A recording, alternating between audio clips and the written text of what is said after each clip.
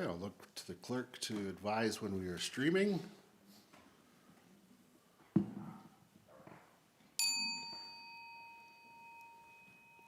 All right, good morning, everyone. I call to order this regular meeting of council for Tuesday, December 2nd, 2025. First of all, I would like to acknowledge and congratulate the new council elected for the Bearspaw First Nation.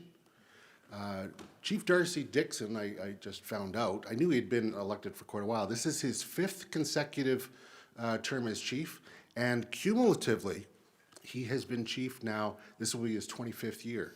So congratulations to Chief Dixon, and congratulations to his council, who were just elected, and two of them returning, and 2 new councillors. And in the spirit of truth and reconciliation, I acknowledge that we are gathered in the heart of Treaty 7 territory of Southern Alberta. This land is home to the Blackfoot Confederacy, consisting of the Siksika, Kainai, and Piikani First Nations, also the Tsuut'ina First Nation, and our most adjacent Indigenous neighbors, the Stoney Nakoda, comprised of the Bearspaw, Goodstoney, and Chiniki First Nations. Further, we are located within the Rocky View Métis District, within the Battle River Territory, District 4. The town of Canmore is committed to working to live in right relations and to advance truth and reconciliation as we acknowledge the many Indigenous peoples whose footsteps have marked these lands for generations. I am grateful for the traditional knowledge keepers and the elders who are still with us today and those who have gone before us. As we are all treaty people, we each have ongoing responsibilities to protect and honor all life. Looking to the agenda today, are there any changes? No? All right, then I'll move approval of the agenda for December 2nd, 2025, regular meeting of council as circulated. All those in favor? Carried unanimously. Okay, we're going to have our public hearing first. So we'll just bring up my notes.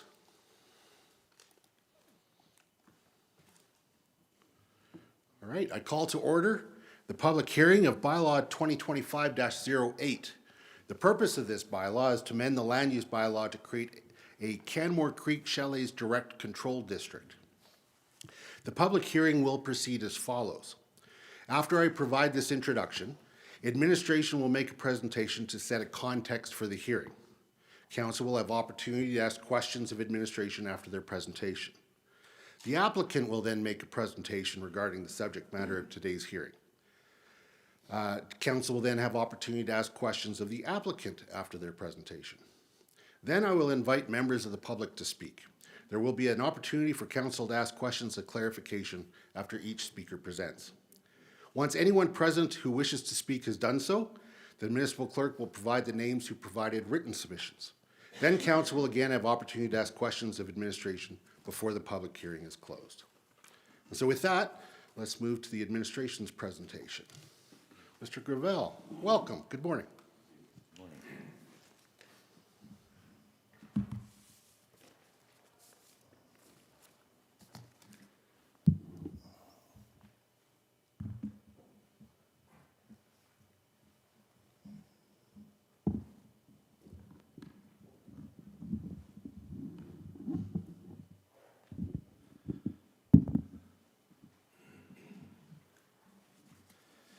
Great.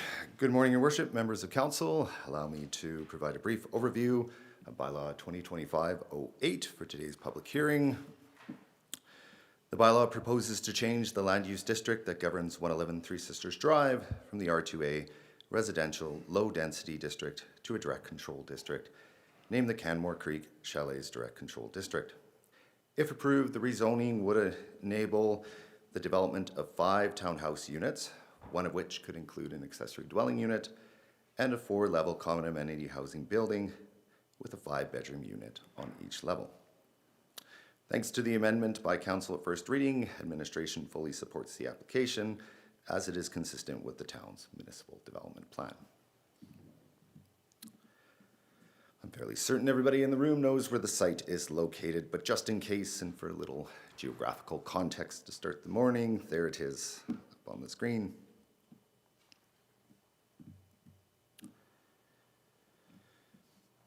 So as shared at first reading, the Municipal Development Plan provides the framework for assessing infill proposals such as this. It outlines 4 key considerations, which are shown on your screen.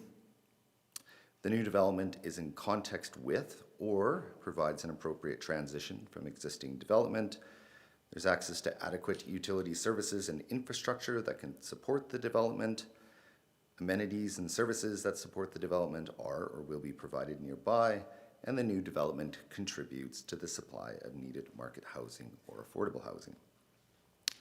So as stated at first reading, the proposal provides workers' housing. It is close to amenities and services with West Canmore Park in the downtown nearby, and has access to adequate servicing and infrastructure, and therefore satisfies the last 3 tests.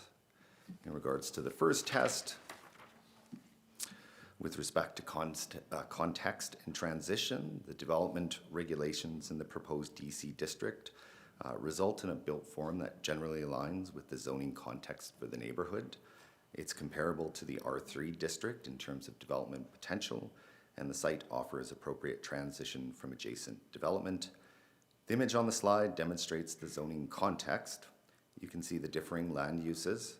I think the salient point here is the presence and the number of R3 districts either nearby or adjacent to the site, which shows support for the context of the DC regulations. These images support the opinion that the site has an appropriate transition from existing development, shown here both in terms of separation distance and elevation gain.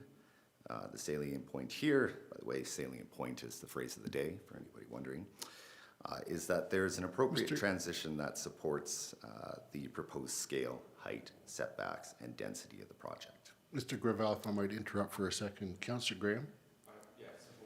Can I just get you to point the mic? Okay. Sure. Is that better? Hopefully. Thank you. Okay. All right. Lower. So in administration's opinion, the application satisfies the policy tests in the MDP. In terms of engagement and public feedback, through the town's mail-out notification, residents identified 17 primary concerns. These are listed on the slide. A full list was included in the staff report. In response to the concern that there's too much density or the project is out of scale, as mentioned, the site has a similar zoning context to R3, which is in the area, and offers a transition from existing development, both in grading changes and site separation, which supports the proposed density and scale of the project. In response to concerns about vehicle access and site access, site access has been reviewed by our engineering team and has been deemed feasible at this stage. What those details would look like, they would dive into at the DP stage, but in terms of a land use change, we just look at whether or not it's feasible site access for what's proposed, and the engineering team is satisfied with site access. With regards to concerns for too little on-site parking, a parking study was completed by an engineering professional to determine the exact parking needs for common amenity housing. Administration reviewed and accepted the study, and the applicant is providing the amount of parking on site as outlined in the study. In response to concerns regarding the appearance of the building, development on the site will need to adhere to the town-wide architectural and urban design standards in the town's land use bylaw. With respect to privacy concerns, the north side of the development will not have any balconies to help reduce privacy concerns. Also, there is a significant site separation, and also there is a grading change that for most sites results in them being higher than the subject site. There were some concerns about impacts on the creek with the proposed DC district and development. The applicant completed an environmental impact statement. Administration hired a third party to review the evaluation and verify its conclusions, that being that the development will not impact the creek. The proposed DC district aligns with the recommendations of the accepted environmental impact statement. And finally, regarding the concern that future amendments this will basically enable future amendments along Three Sisters Drive, any future rezoning application for adjacent properties would be subject to a separate review process, would need to be evaluated by its own merits, be in alignment with the MDP, and of course require council's approval.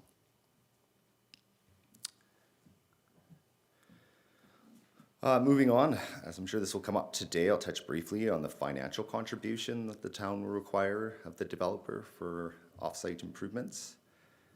As mentioned at first reading, administration advised the applicant during this review process, that at the development permit stage, a contribution towards bike path and sidewalk improvements would be required.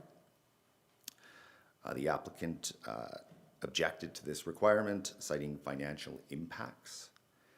In administration's opinion, this is a development permit concern. There is an appeals right available to the developer as part of the development permit process, should they wish to challenge conditions of approval, such as this.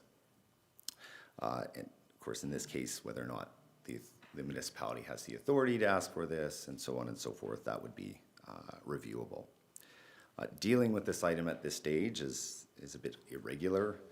And what we're really talking about, I think, by what's being proposed here would be more a matter of subsidization than authority. In administration's opinion, the town should maintain consistency in what is required of all developers, exempting the applicant from necessary infrastructure contributions to serve the development would create an uneven playing field, as other developers have not been afforded the same opportunities, including those who have provided similar housing benefits. So that concludes my presentation. Happy to take any questions from council. Thank you, Mr. Gravel. I just had a quick question with regards to site access. While the details will be dealt with at a later stage, what's currently being proposed is a single access from the main road. If this was not rezoned and developed according to the current zoning, wouldn't there be multiple accesses required, potentially? That's correct. Under the existing zoning, they could construct duplexes along the road, each of which would require an access to the road. Great, thank you. Councillor Mah, you have a question? Yeah, thank you, Your Worship. Thank you, Mr. Rubel, for your presentation. I'm just reading a bit more here from the report. And again, similar to Mayor Krauser's commentary on like access to the site, it says here that access to and from the parcel is feasible and will be reviewed in detail at the DP stage to ensure traffic safety guidelines are met. So I'm just trying to like see forward at the DP stage if additional things are required. Who's on the hook for that? For example, if there's like lights for pedestrian crossing, or is that the sort of stuff that would be revealed as we look further into the process down the line at DP? That's a great question, Councillor Mah. I'll bring a member of our engineering team with us today to speak to that. Sorry, Hey, pulled you up there. We allow call a friend. Yeah, exactly. Hi. Hi, yeah. Yeah, the developer would be on the hook for any improvements to their access required at the DP stage. Okay. Yeah. And I think I know the answer to this question, but I just thought I'd put it out there in the public sphere. There's been some commentary among the public, oh, there should need to be a dedicated left-hand turn lane or any of that sort of stuff to access the site, et cetera. My gut feeling is that's not really a feasible approach, given the space and all that sort of stuff. Is that correct? At this point, there's nothing indicating that a dedicated left-hand turn lane would be required. At this point, like our test is, can access be provided? The answer is yes. There are some more detailed constraints to that as well, subject to sight lines for vehicles that are turning left out of the development.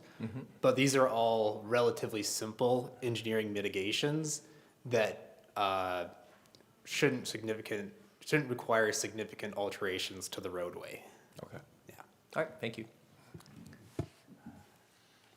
Thanks. Looking to see if there are any other questions. Seeing none, thank you very much, Mr. Gravel. Now it's time for the applicant's presentation. Who will it be? Mr. Hildebrand.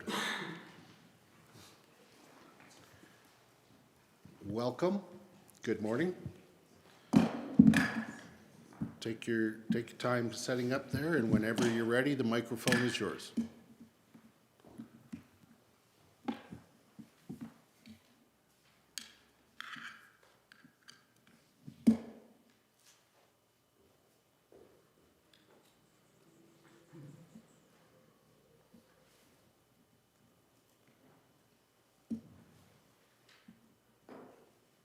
The moment of truth.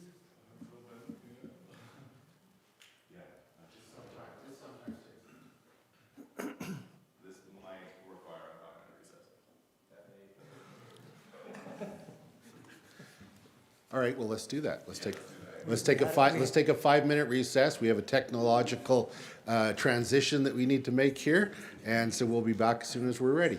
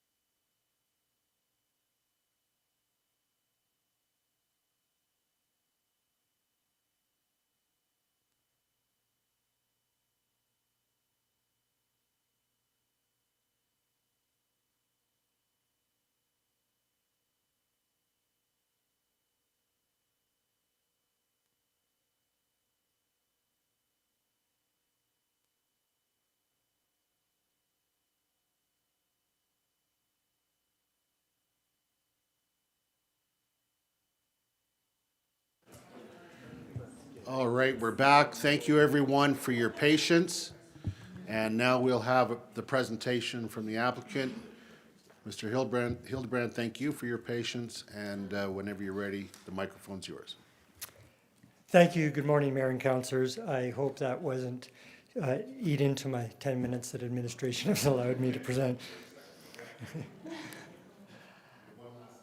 Our presentation slides today are in the written submission package on PDF pages 2 to 40. I'm only planning to speak to a few of these slides.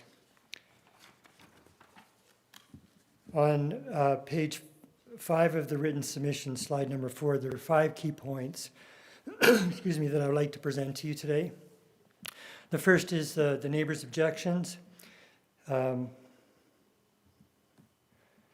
second is Bald Eagle Peak Chalets project as a direct comparable. The need for employee housing in Canmore and why the town should support it. Why we are requesting a direct control district. And how we will enhance the protection of Canmore Creek. Over to slide 9. I mean, if somebody told me that employee housing was proposed for my neighborhood, my first reaction might be to think of a hostile type environment with loud parties, lots of cars, young people coming and going. And I'm here today to dispel these stereotypes. Right. Despite Susan spending a significant amount of time talking to her neighbors, we were very surprised when administration advised us that there were 31 objections prior to our open house. In response, we drafted a 19-page project update document and mailed to over 140 households. This update document is in the written response comments on pages 41 to 59. We then held an open house and a few of the neighbors came and spoke to us. Their concerns were focused on parking, noise, increased density. Administration has spoken about some of those neighbors' concerns, and I don't plan to go into them any further right now. Instead, I would like to talk about a recent precedent. Bald Eagle Peak Chalets project in TP Town. It was approved in 2022 and the first employees moved in the spring of 24. This project has 6 common amenity housing units, each with 5 bedrooms, and nearly identical to the project that we're proposing for Three Sisters Drive.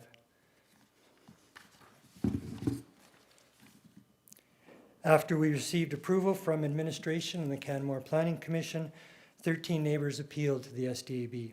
Their concerns were identical to the neighbors' concerns at Three Sisters Drive. The key message to the SDAB at the hearing was that neighbors simply did not want employee housing in their neighborhood. The actual experience is quite the opposite of what the neighbors expressed. At Bald Eagle, we have 12 parking stalls, 75% of which have ever been utilized. There's 3 empty stalls sitting there today. Bike parking, 40 bike parking stalls were put in Bald Eagle, and they're only 50% utilized. The employees that live at Bald Eagle are the people who drive our buses, provide services at stores and restaurants, and teach our children. These employees are good people who enhance our community. Third key point, we analyzed this report from the Job Resources Center and concluded that there are about 45 single-family homes in Canmore that are currently owned or rented by employers for their employees. By providing purpose-built housing units, some of these 45 housing units could be freed up, or similar units taken over from employees.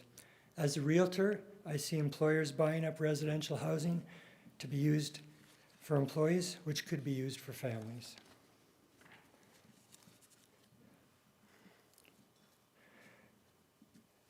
Administration spoke quickly a little bit about the municipal development plan, but there's 3 key policies excuse me, in the municipal development plan related to employee housing. The first is the growth policy, which says that employee housing in existing neighborhoods is supported.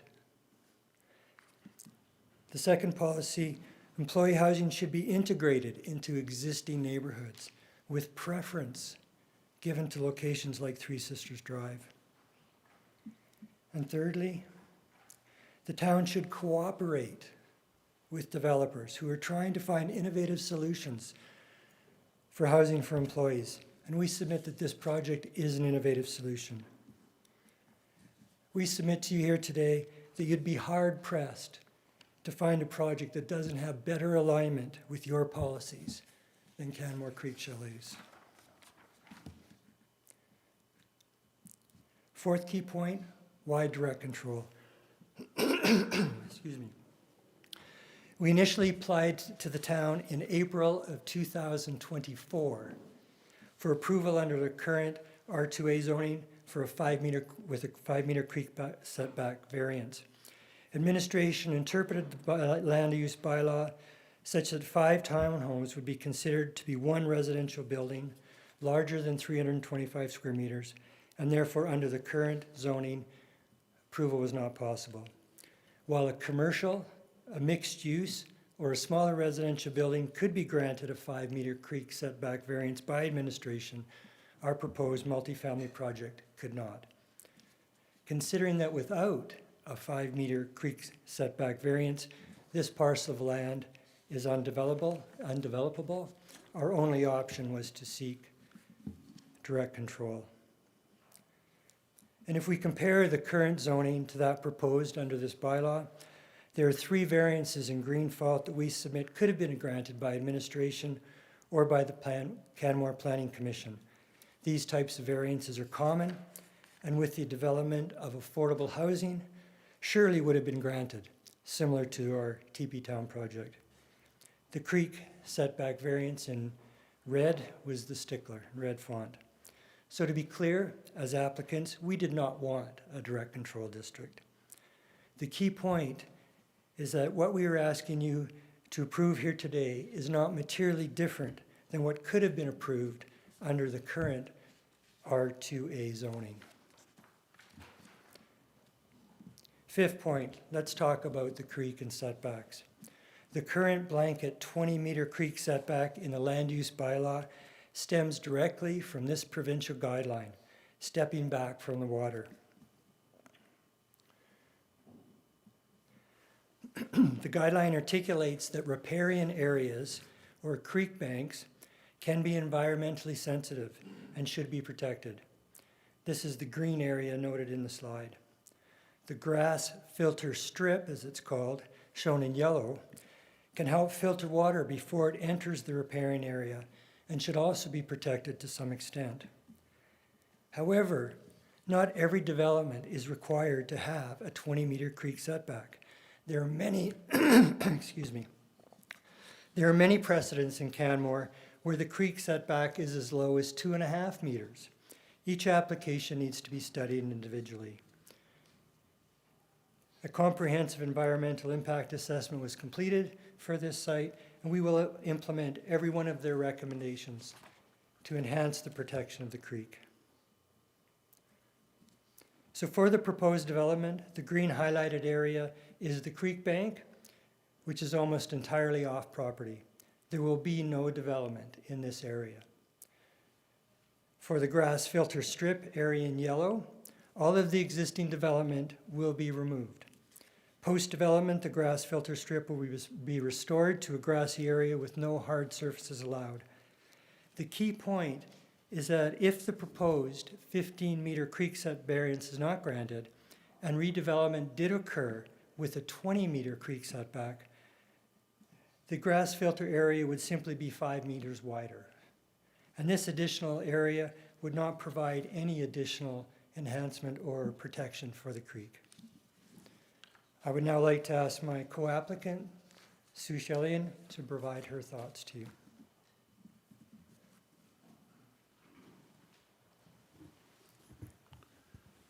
Shelley, and welcome. Whenever you're ready, the microphone is yours. It is important that you speak close to the microphone. Okay, and friends and neighbors who've come.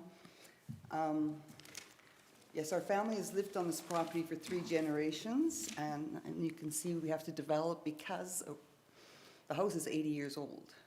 and the taxes are pretty high.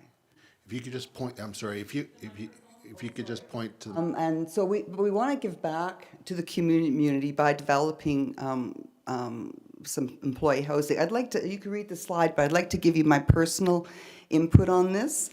I would like to share more personal reason and some history about the property. I came from a coal mining family, coal miners who built this community. My grandparents raised a family of 7 on that property in a little tiny house. And like so many other families, had their garden and some cows or chickens, fished the river and walked the trails of this valley. That was our backyard. And my grandparents made room in their sheds, which are shacks compared to now standards, and for miners who came to Canmore to work and enjoy the mountains. And they needed a place to stay. So it was like the employee housing back then. The mine needed employees needed housing, so we accommodated them. And I could tell you of one family who had that opportunity. They came, they built their own home, raised their family, and their family is raising their family. They're community members, there's teachers and business owners. If they didn't have that opportunity, if they weren't welcomed in our community or our neighborhood, that wouldn't have happened. But neighborhoods and backyards, I'd like to talk about that. I remember when the development started in our neighborhood, in my community, when your homes were being built. Some of the people here, when their homes were being built. The conversation was very similar as it is today. There were meetings and people gathering and knocking each other, not agreeing. There was the height conversation. Well, anything that was built in Canmore was going to be bigger and higher than my house, our house, 900 square feet, single family home. The height or the traffic, most people of the day walked or used the family bike to get around. Most had one car. And so any increase in car traffic was very noticeable. And road hockey was now confined to the driveways because that road was too busy. That was fine. We did that, right?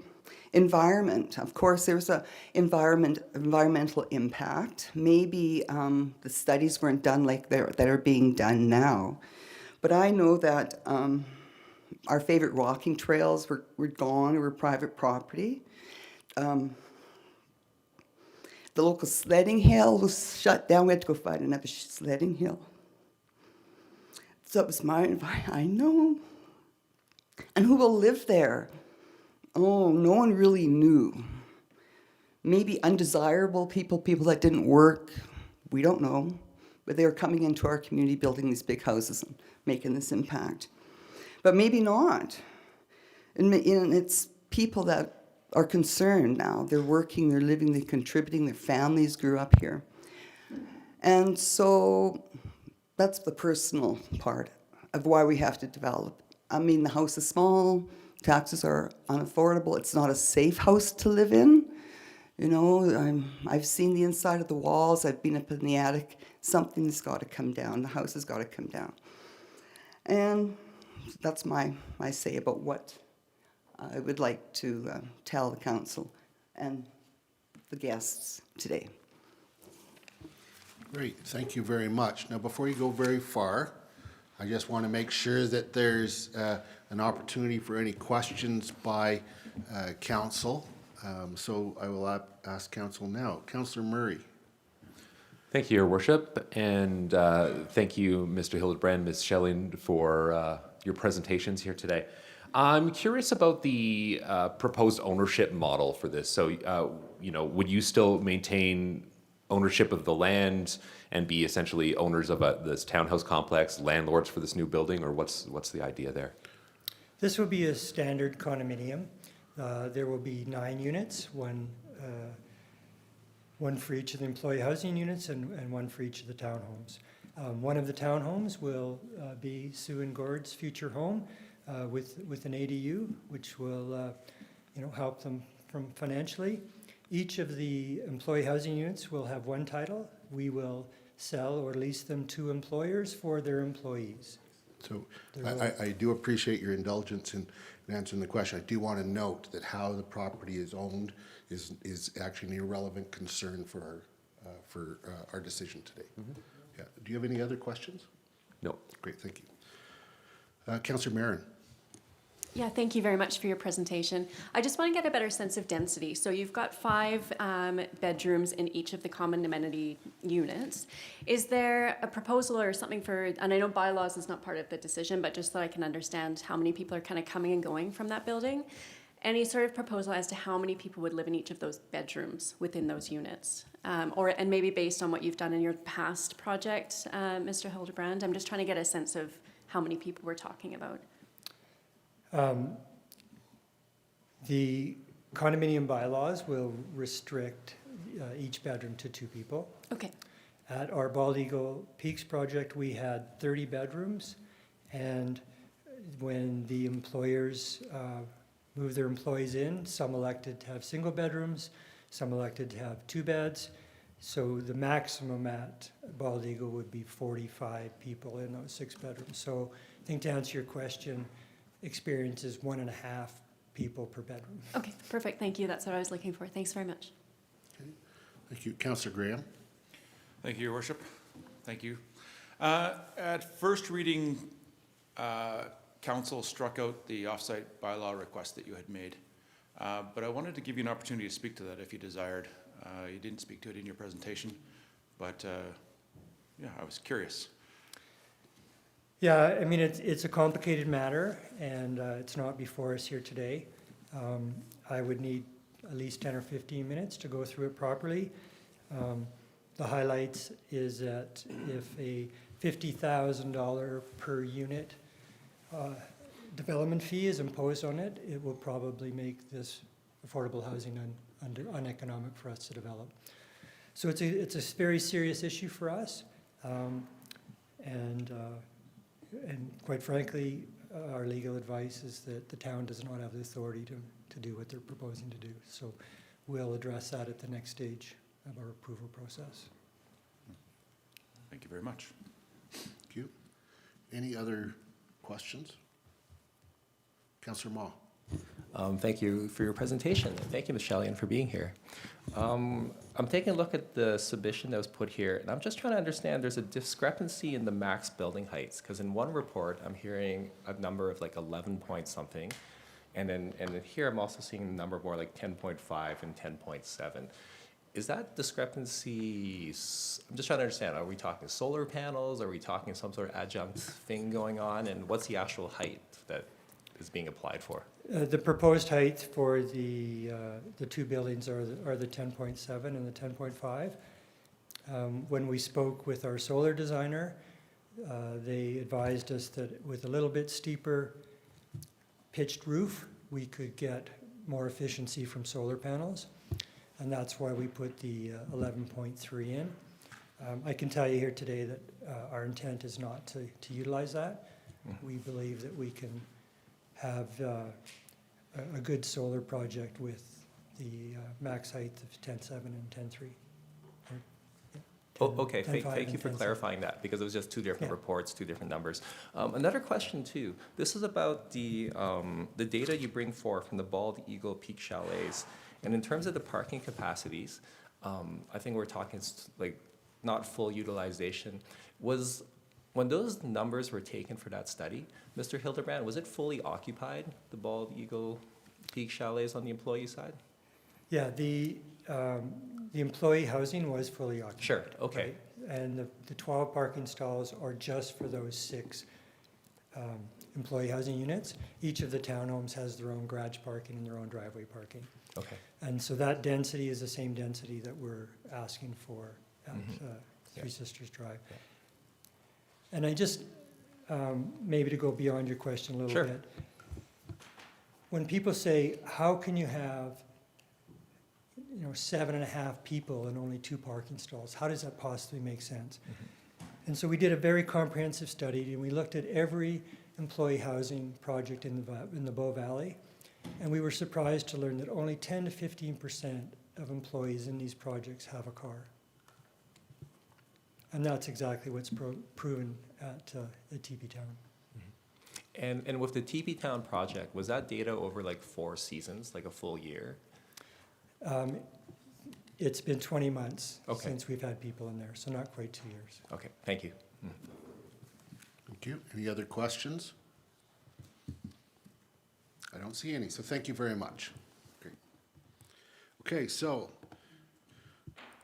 I'm just gonna pull up my notes again here.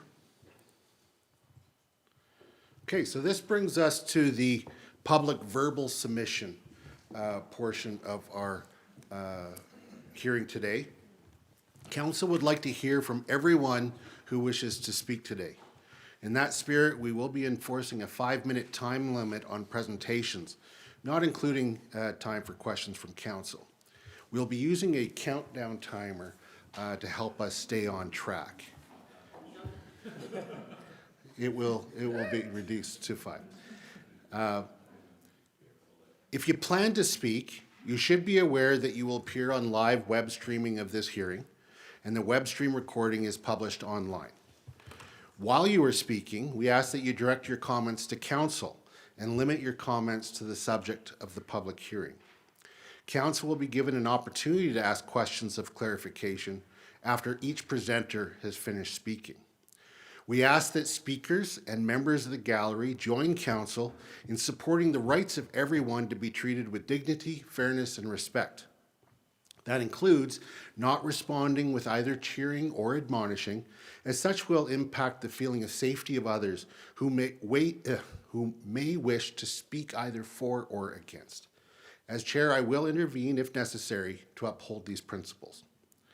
Now I'll open the floor to speakers, first based on those who registered. There was 3 registered. And then if anyone is present in chambers who wishes to speak, I'll be rotating between those who wish to speak in favor, opposition, or in a neutral position.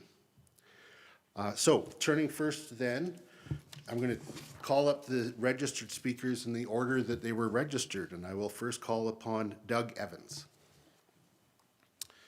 And so I would ask, we have the names of the first 3, but I would ask that when people come up to speak, that they stop over with the clerk's desk to make sure that we have proper spelling of your name. And I will be turning on the mic, and make sure you're speaking as closely and directly into the mic as possible so that it will be picked up as that we all can hear. So with that, Mr. Evans, welcome, and the microphone is yours. Thank you, Council. I'm Doug Evans. I've lived on Rummel Place for the last 29 years, so I'm intimate with that street and the traffic. Every day I go down, take my little corgi out for a try across that road to go on this wonderful new paved bike path, which I really appreciate, and I know some of you had something to do with that. So my wife put this thing together here, and it's just the proponents' comments on here. And I just want to address a couple of things where I think maybe the proponent made a mistake. The first is on traffic. Right in center here. Sorry for the. Sorry. It's yeah, not gonna that's work okay. very well. It's just the public documents. Sure. So in there it says, center of the board, 3 Sisters Drive, and I'm quoting, which is classified as a major arterial roadway. Well, what is a major arterial roadway? Well, there's something really new right now on the internet, fairly new. It's called AI. So what did I do? I asked ChatGPT. So what ChatGPT can do for me, it can search all the public documents, say Alberta or Canmore. So I'll read you what it says. Because of their traffic volume role, they are meant to support from part of the backbone of the town's road network hierarchy. It's not the proponent's fault that Three Sisters Road is on a major arterial roadway, but it's all of our problem. Why? Well, I also use ChatGPT to say what's coming down Three Sisters Road in the future, this major arterial roadway. I asked about the approved now Three Sisters development. What is the likely population there? And it comes back with 5,500 to 10,000 people. over time, fair enough. I also know there's no plans from Three Sisters or the province to build another connecting roadway to take traffic volume off Three Sisters, a major arterial roadway. So it's not the proponents' fault that they're on that site, but it's all of our problem. It's just a matter of time before that major arterial roadway just doesn't work. So that was the one issue I thought was this huge issue for all of us, not just this development. It is a problem, that road's not gonna work. And the other thing is, I was gonna say in this, somewhere in this document, it says it does fit in the community. And I'd say, given what's coming at us, it probably doesn't. It's gonna be all of our problems. We're gonna have a road that doesn't work. I know I heard quite a bit about parking. It is possible if you had 40 staff housing and they're all much needed workers, they might have 40 F-150 pickup trucks. So it is a real problem in that area. It's gonna get worse. That road is gonna eventually become unworkable. So thanks for taking the time to let me speak today. Thank you. Thank you, sir. And appreciate the points you've raised. I'm just going to see if there's any questions from council. Seeing none, thank you very much. Thank you. Next on our list then is Jenny Evans. The other half. And once again, if we can just make sure the microphone, if you speak close to it and have it pointed directly towards your mouth, and whenever you're ready, the microphone is yours. I have a few housekeeping matters before my 5 minutes. I just have one sheet to share with each councillor. Is that all right? I don't have a slideshow. That's the problem. It's the visual of the area. And then just quickly, a housekeeping matter.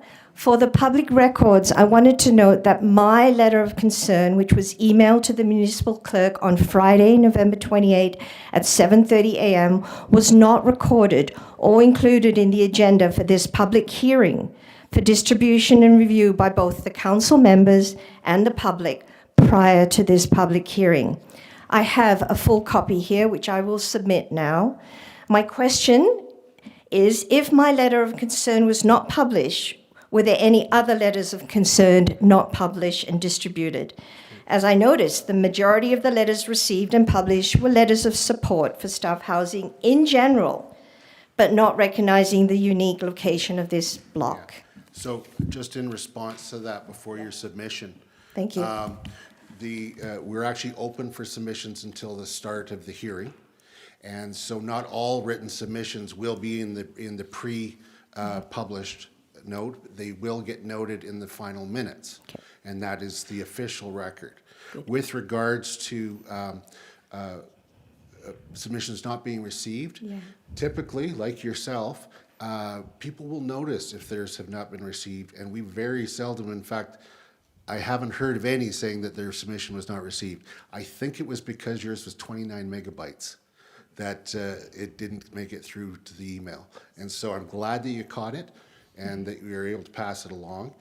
We have all received it, in fact. Thank you. It was circulated electronically through another means. Thank you. But email's not the best for Big files. files that big. So. Okay, I'm not very techie. I'm just a mom and a resident. And we have, besides having electronic, we also have printed copies as well. Good, thank you. Yeah, Thank so, you. I appreciate that. Yeah. Councillor Graham? Thank you, Your Worship. And a point of clarification, submissions are actually allowed until the end of the public hearing, is that correct? It's today. I mean, if you're waiting until the end of the public hearing, I get I'd that. get it before Yeah. 9 o'clock, but Mr. Clerk? It would be the start of the public hearing. The start of the Yeah. public hearing. Yeah. Thank you. Okay. All right. Good to go then? Okay, yes. Okay, whenever you're ready, the microphone's yours. Hi, I'm Jenny Evans. We are not here today to just discuss the merits of staff housing, which seems to be the main focus of the developer's presentation today. We are here to also discuss the high density of the proposal and its future implications of this unique location and the impact upon the creek and the major arterial roadway. Based on the proposed development, they extrapolate 6 units at 4 residents per unit and 20-bedroom staff housing with 2 employees per room maximum equals, in my book, 64 residents or more on this property alone. It is important to note that the median adjacent residential areas is mainly R1, R2, and R3. The land we in question is an R2A residential low density, and there are 2 blocks in this area that are this designation. One block is the 2 blocks at the T-junction of Rundle View and Three Sisters Drive because of the high traffic congestion at that T-junction, and the 4 blocks of land located at the proposed 111, 109, 107, and 105 Three Sisters Drive. There are 4 potential and future prime development sites designated R2A low density for a reason. The town had the foresight and mandate to control and limit the density of these R2A zones to be retained as low density due to the pressures of future development and the impact of the major arterial road, which is adjacent to the property. We discussed a traffic study. I have not seen it, but did it examine reducing the current speed limit from 15 kilometers on that steep slope to 30 kilometers as found in the rest of Canmore? Did it question an extra turning lane, as Jeff Ma had mentioned, to mitigate potential lane backup for turning vehicles entering and exiting into the said property with only 1 driveway, and to mitigate hidden driveways and 2 major blind corners located on that section of the road? Is the town planning any safety features, a minimum road bumps on both ends of the road where the roam bus stops, installing a pedestrian crossing flashing lights for increased visibility at the bottom of the steep slope? Has the admin considered the future parking zones for this section? Is there going to be no parking allowed? At present, when you have 2 or more cars parked on opposite sides of that major arterial road, there is only 1 lane available for the school bus, the roam bus, emergency access vehicles, construction vehicles, and most importantly, severely limiting the ability of the snowplows to safely and efficiently plow this major arterial roadway. The spillover parking will now go into Rummel Place, an important cul-de-sac that serves as a vital emergency access road for emergency vehicles.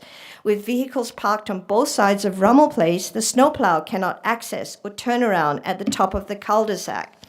Here is a suggestion for council and administration. Physically expropriate the private property lands located on 111, 109, 107, and 105 now before any major developments to expand the current 2-lane major arterial roadway and build a 3rd and vital safe turning and passing lane for the 4 properties to avoid traffic delays and potential traffic accidents or fatalities. Plus, we need to build a vital and dedicated bicycle lane for the proposed increased density and bicycle residents in the staff housing. Take a moment to envision the future potential development of these 4 properties. Based on rezoning, if you were to extrapolate 64 residents on 1 lot, you would lead to over 200 residents in this area alone. The pressure from the major arterial road, the creek setback, the safety concerns, please take this into consideration and don't base your decision solely on the need for staff housing. We are not against development or staff housing. Our concerns are safety issue and density on this very unique location, which is designated R2A low density, not direct control high density. We could go back to the drawing board and request the developer to maybe build 3 townhouses, not 6, and only 10 bedrooms for staff housing. A better compromise for all parties involved. I thank you.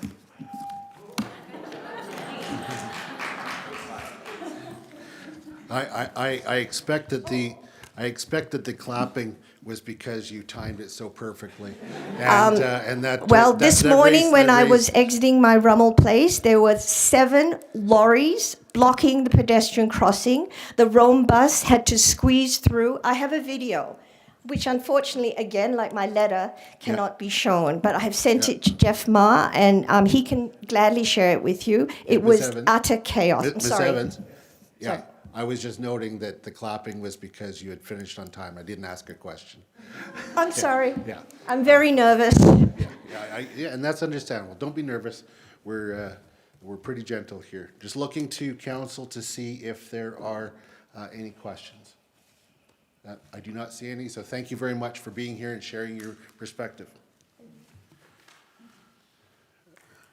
Mr. Steiber. Thank you, Mayor Chrysler. I just wanted to add a quick little point of clarification. Councilor Graham is correct. We accept written submissions up until the end of the public hearing. Thank you for that clarification. So anyone watching now in the streaming, the clock is ticking. Okay, our next and our final registered speaker, before I open it up to those who have gathered here, is, I happen to know his title, so I'll use it, Reverend Canon Dr. Lesueur.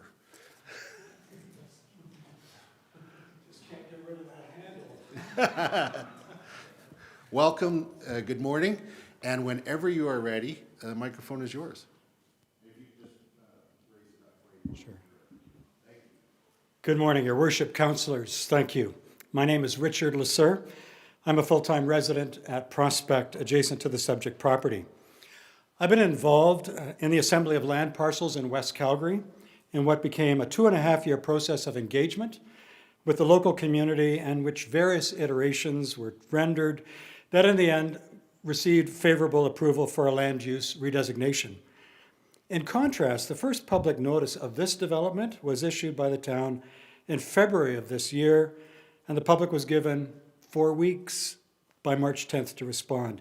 And yes, the landowners, the phrase circulated a consultation brief last fall, but only to the neighbors within 196 feet of their property. On April the 10th, they issued a cover letter revealing that this development has actually been in discussion, quote, for years. It appears to date back to 2022, and yet the public only learned of it from the town in February of 2025. Mayor Chrysler, are we to understand that this is the standard of public engagement to be considered just and fair toward a built-out community that has complied with the bylaws and limitations on development in the subject area that this applicant now seeks to have relaxed? Bear with me, this is related. The late Frank King, chairperson of the 1988 Winter Olympics, along with a consortium of friends a long time ago, envisioned the creation of Bow Valley Trail with the requirement that everyone who drove Bow Valley Trail must be able to see the mountains, and that no building should ever obscure engagement with the natural environment for which this town is so blessed and celebrated. And that stood for a long time. Setback requirements, streetscaping of evergreens, until a previous council permitted some developer, base camp super, whomever, who came first, to build out near to the sidewalk. Precedent was set, a dream was lost, and once you let it go, it's gone. If you want to see what the impact of this development will be on the Three Sisters Drive, then drive Bow Valley Trail past one of those developments, and that's what this calls for, with massing as near to the road as allowable for a 4-story housing structure plus roof. My first job in Canmore was in 1976. I was in my mid-20s. The roads were dirt and the mine was still open. And when you left the town and drove across the old bridge of the Bow River and moved through the miners' village, today Rundle, you either went up the hill to the White Hospital in Hospital Hill, or you turned left and you faced the steel grate gates that gave access to the mine. And once through that gate, you drove up a dirt road. And that dirt road is now called Three Sisters Drive, because that's what you see. Takes your breath away right in front of you, ascending to the Three Sisters. This application seeks to drop a 4-story blockhouse into the middle of that, and its offspring will follow by a precedent you're being asked to set. Ben, do you mind if we just put up figure 5, please, from the developer's circular, page 29? It shows the common amenity housing structure from the perspective of ascending Three Sisters Drive. Stop clock. Still running clock. Okay. There we go. Yeah, so please note in the image the architectural imagination of a 4-story blank wall. And that is what people from around the world will see as they head up to the world-class Nordic Center for World Cup events and competitions, the Three Sisters Mountains obscured. That's what the volume of tourists headed up into the Kananaskis, and more when that road is developed, we'll see. Oh, and the development calls for the removal of all trees along Three Sisters Drive, not to be replanted to ensure sightlines. Section 4.51 of the Municipal Development Plan requires that development proposals should preserve natural features and vegetation that contribute to the natural visual quality and provide screening of the development, end quote. In my humble opinion, there's no indication this proposed development adheres to that policy. Folks, let's remember people of vision like Frank King and those with him who gave us Bow Valley Trail, who understood the importance of blending development with the preservation of engagement with our amazing, unique environment. Our professional assessor notes that such developments as this are being concentrated along the transportation corridor of the CPR Railway and the number 1 highway. This developer can find the right place for this. The phrase can have a good development on their land that is suitable. I'm asking you, councillors, hold the line. This development is far overscaled for this parcel of land, and if it proceeds, it will ruin something you will never get back. Thank you. Yes, sir. Yeah, we won't have clapping in that manner. Unless you're like hit the exact 1 second mark, then that's admirable. There's a couple of clarifications. You asked a couple of questions that I can't let go of. First of all, about a little amount of time and public engagement. This is a private application. Private applications are processed according to the rules, and until there's actually something submitted to the town that's acceptable, the town doesn't go and do any public engagement, nor requires it because they would be unwieldy. For community developments, whether it be a TP Town ARP, Bow Valley Trail ARP, downtown, they take multiple years. And it's a different level, it's different type. So as far as I'm concerned, all the rules were met, and so it's the same rules for all of the developments. May I respond to that, Mayor Prosser, with just a question? The developer didn't begin public engagement or notice until, what was it, April? And that is something for the developer. Yeah. It's actually not a requirement of the town. And as far as the blank wall, at this level, we don't deal with the looks of the buildings. We just deal with heights, sizes, setbacks, those sorts of things. So I do not think that the image that's created is an architectural rendering. And so I just want to point that out, both for those listening as well as for council. Now I will ask if there are any questions. Councillor Faubert. Oh, Your Worship, and thank you, Mr. Lisser. Along the same lines, I just wanted to add a point of clarification around Bow Valley Trail and the updates to our flood zone mapping. Yes.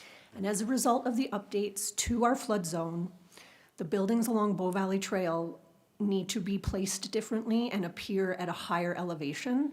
And that's because of the flood map zones, not because the last council decided to do anything differently, but because we want to prevent our buildings from being flooded. Yeah, I think that there's an element to that too, but even before that, there were studies that show that in order to move the feel of that corridor away from being a highway, you actually had to move them away from the train tracks and also for safety purposes with the train tracks. So there's actually a variety of reasons that the buildings were pulled away from the tracks. Any other questions? Okay, great. Thank you very much. Thank you. Okay, so now we've gone through our registered speakers. Now I'm going to open it up to anyone gathered that wishes to speak. And so it's going to be a first come, first served basis, but there'll be lots of time. Nobody needs to rush because I will ask several times. So first of all, is there anyone here that would like to speak in favor of the application? Okay, looking to see if there's anyone who wants to speak. Oh, yes. Right here, please come forward. And once again, since we don't have your registered name, please state your name when you start, and make sure you sign your name over on the side there after you're done. Yeah, after. So, welcome. The microphone's yours whenever you're ready. Good morning, council, administration, and public hearing guests and those online. My name is Carol Poland. I am a resident of the town of Canmore, and I have chosen to take this time because I feel this is a very important item that's being presented to this new council. To that point, I am speaking in favor of the proposal to amend the land use bylaw as it's been presented to you as councillors. I speak on behalf of, I've listened to both sides, and I want to say I almost came to the microphone to say I was undecided. I see merit in both. However, part of me is going to step over onto the in favor, based on what it could have been. This is a private landowner who has chosen very carefully to take in a large amount of land that when I see our town being sold by private landowners and having fourplexes and fourplexes and fourplexes put upon them to the maximum density, and they're presented to you and they're presented to our town administration, and they get approval. But this one is unique. This one, I do not see it being built out to the max. I see when I read the development that they have very thoughtfully chosen something for our community. They have thought about affordable housing. They have thought about the environment, and they are trying to find the balance. And when I read, I just would like to quote, "You are our chosen elected councillors." I have had conversations with people in the public who choose not to come before you because they feel it is pointless to speak to council. And I choose this time of 5 minutes to say it's not pointless to speak to council. That council was elected, and this was this year, to guide everything from housing affordability and sustainable development to climate resilience. With 4-year term, our council, and you know this best, is tasked with Canmore's biggest issue, to balance growth with preserving our Rocky Mountain environment. And I feel that you, our elected councillors, have been tasked with a huge task today, but I feel this private proposal is not going beyond. They have thought with the developer for affordable housing, not to the max. They are leaving green space. They have thought about the environment. They could have brought a completely different proposal to you. And I applaud the private citizen who says, I won't build it out to the max for the money. And that is what's happening elsewhere. So on that merit alone, I implore our councillors to think about that and to trust the developer and to trust the town administration who say this is within the rights. Now, I will acknowledge I am concerned about the traffic on the route coming down the highway. And I do ask our town to seriously, seriously consider traffic amendments, because I also travel down that same road to get to my downtown core. I bike on that roadway, and I was stopped this morning and was caught in the traffic jam by another development down there. But that is my only concern. Overall, again, I will speak in favor. I think they have thought this very, very thoroughly, and I applaud the submission that's before you, and I hope you see the merits in this submission and set precedent that they aren't building out for the money. They are not building out to the max. They are trying to provide something for our community. Thank you very much. Thank you, Ms. Poland. And before you go, just looking to see if there are any questions. There are not, so if you don't mind signing there. While you're doing so, I will speak to your one comment about, yes, there is a growing trend in society, and it's not a Canmore thing that, coming and participating in public such as this is a waste of time. I can assure you it is not. I know that for myself, and I believe I'm speaking for all councillors, that we read every single submission that comes in. We listen very carefully to everything that is presented to us. We then have to take into account a lot of things, public input being one of them. And no matter what we decide at the end of the day, someone's going to think that we didn't listen to them because we didn't agree with them. But the fact is that we have to make decisions. And I know that there's going to be people leaving here today that are going to be happy, and there's going to be people leaving today that are not going to be happy, and that's just the reality. But it is very important that we hear everybody's voice that wants to speak, so thank you for coming out today. Thank you very much. Councillor Graham? Thank you very much, Your Worship, for making that comment. And I just want to say that public hearings are one of my favorite parts of this job. Yeah. And they do come with making some people unhappy and some people happy. And we do hear you all, and we do read them all, and we do take them into account. So I just want to thank you for that comment and reiterate. Thank you, Councillor. Okay, so we heard someone in favor. Now looking, I'm going to be rotating in favor, in opposition, or neutral. And I'm going to keep doing so until everybody's been heard that wants to speak. So we've heard somebody in favor. Now I'll ask, is there anybody that wishes to speak in opposition? Yes, please come forward. Lady in black. Actually, you're very both in black. So welcome. Please state your name, and the microphone is yours. Sure. Thank you. My name is Barb Kostick.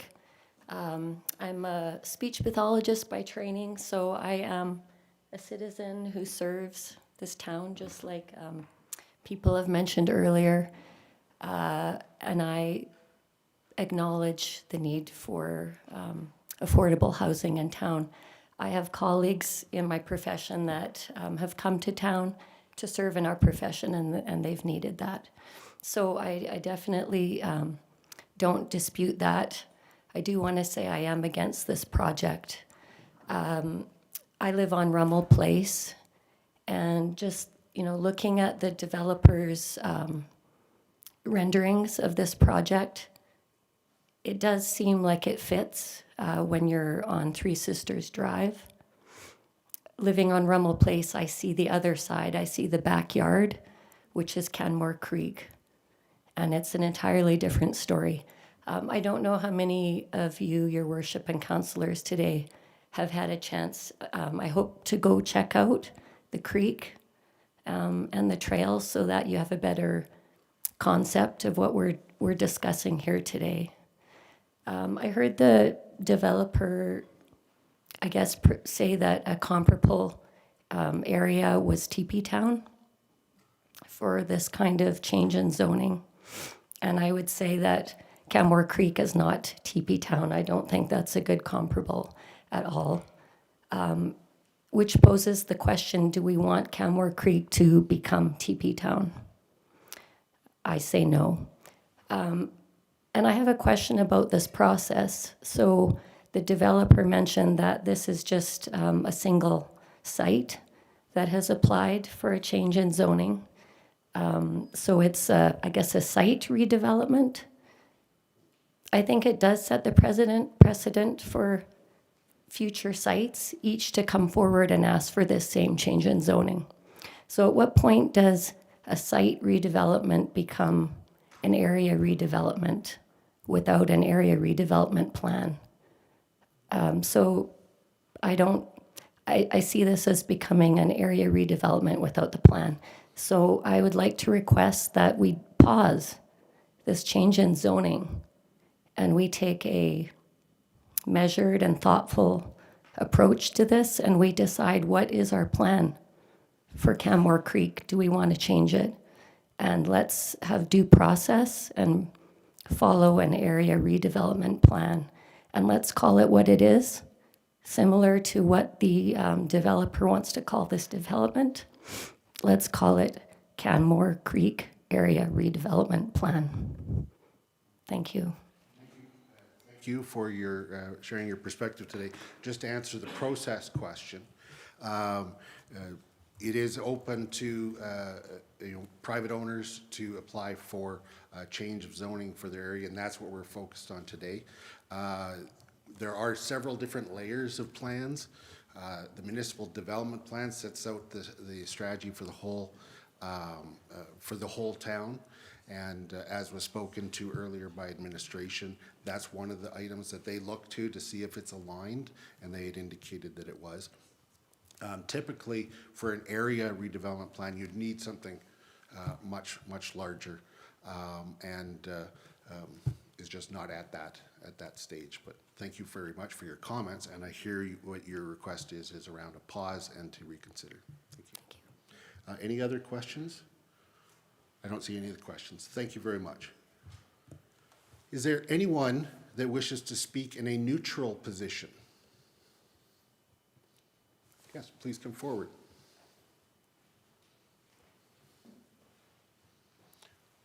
Welcome.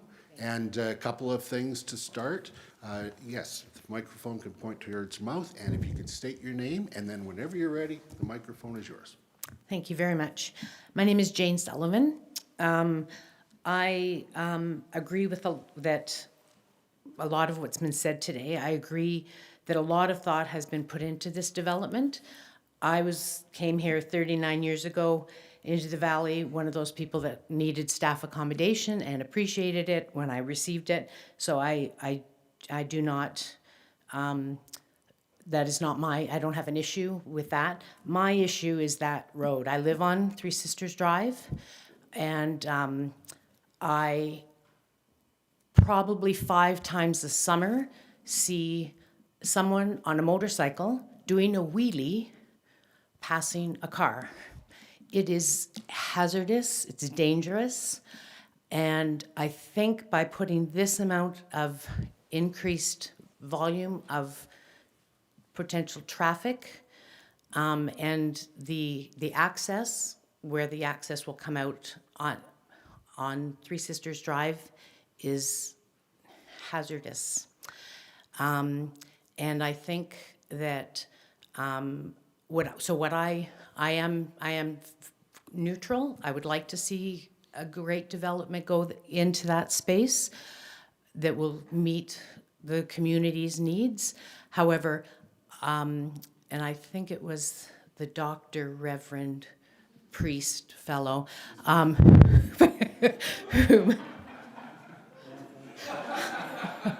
who mentioned that. Now I tried to be funny, and now I don't know what I was going to say. That I really do forget what I was going to say. Maybe I misspoke who said this, but that I think the road needs to be considered to be changed, and I don't know if that is something that needs to be decided or addressed once this is approved or not approved. But the road, Jenny mentioned it several times, and I implore your passion, Jenny, is the road can't handle what I don't believe the street can handle what is being proposed, and potentially what more is coming with the other lots on in that area. Thank you. Great, thank you very much, Ms. Sullivan. Just on the comment about roads, the specifics of that will be dealt with at the development permit stage. And just to let you know, there's members of planning and engineering, as well as their lead teams, hearing the concerns about the roads. And so that is something that if it's not dealt with today, because we don't deal with the road in the application, we deal with the land, it is something that is being heard by us as well as them. Thank you. Okay. Thank you. Any other questions? Okay, no. If you could please sign over here, thank you very much. Thank you. Thank you. Okay, is there anyone that wishes to speak in favor of the application? Yes, please come forward.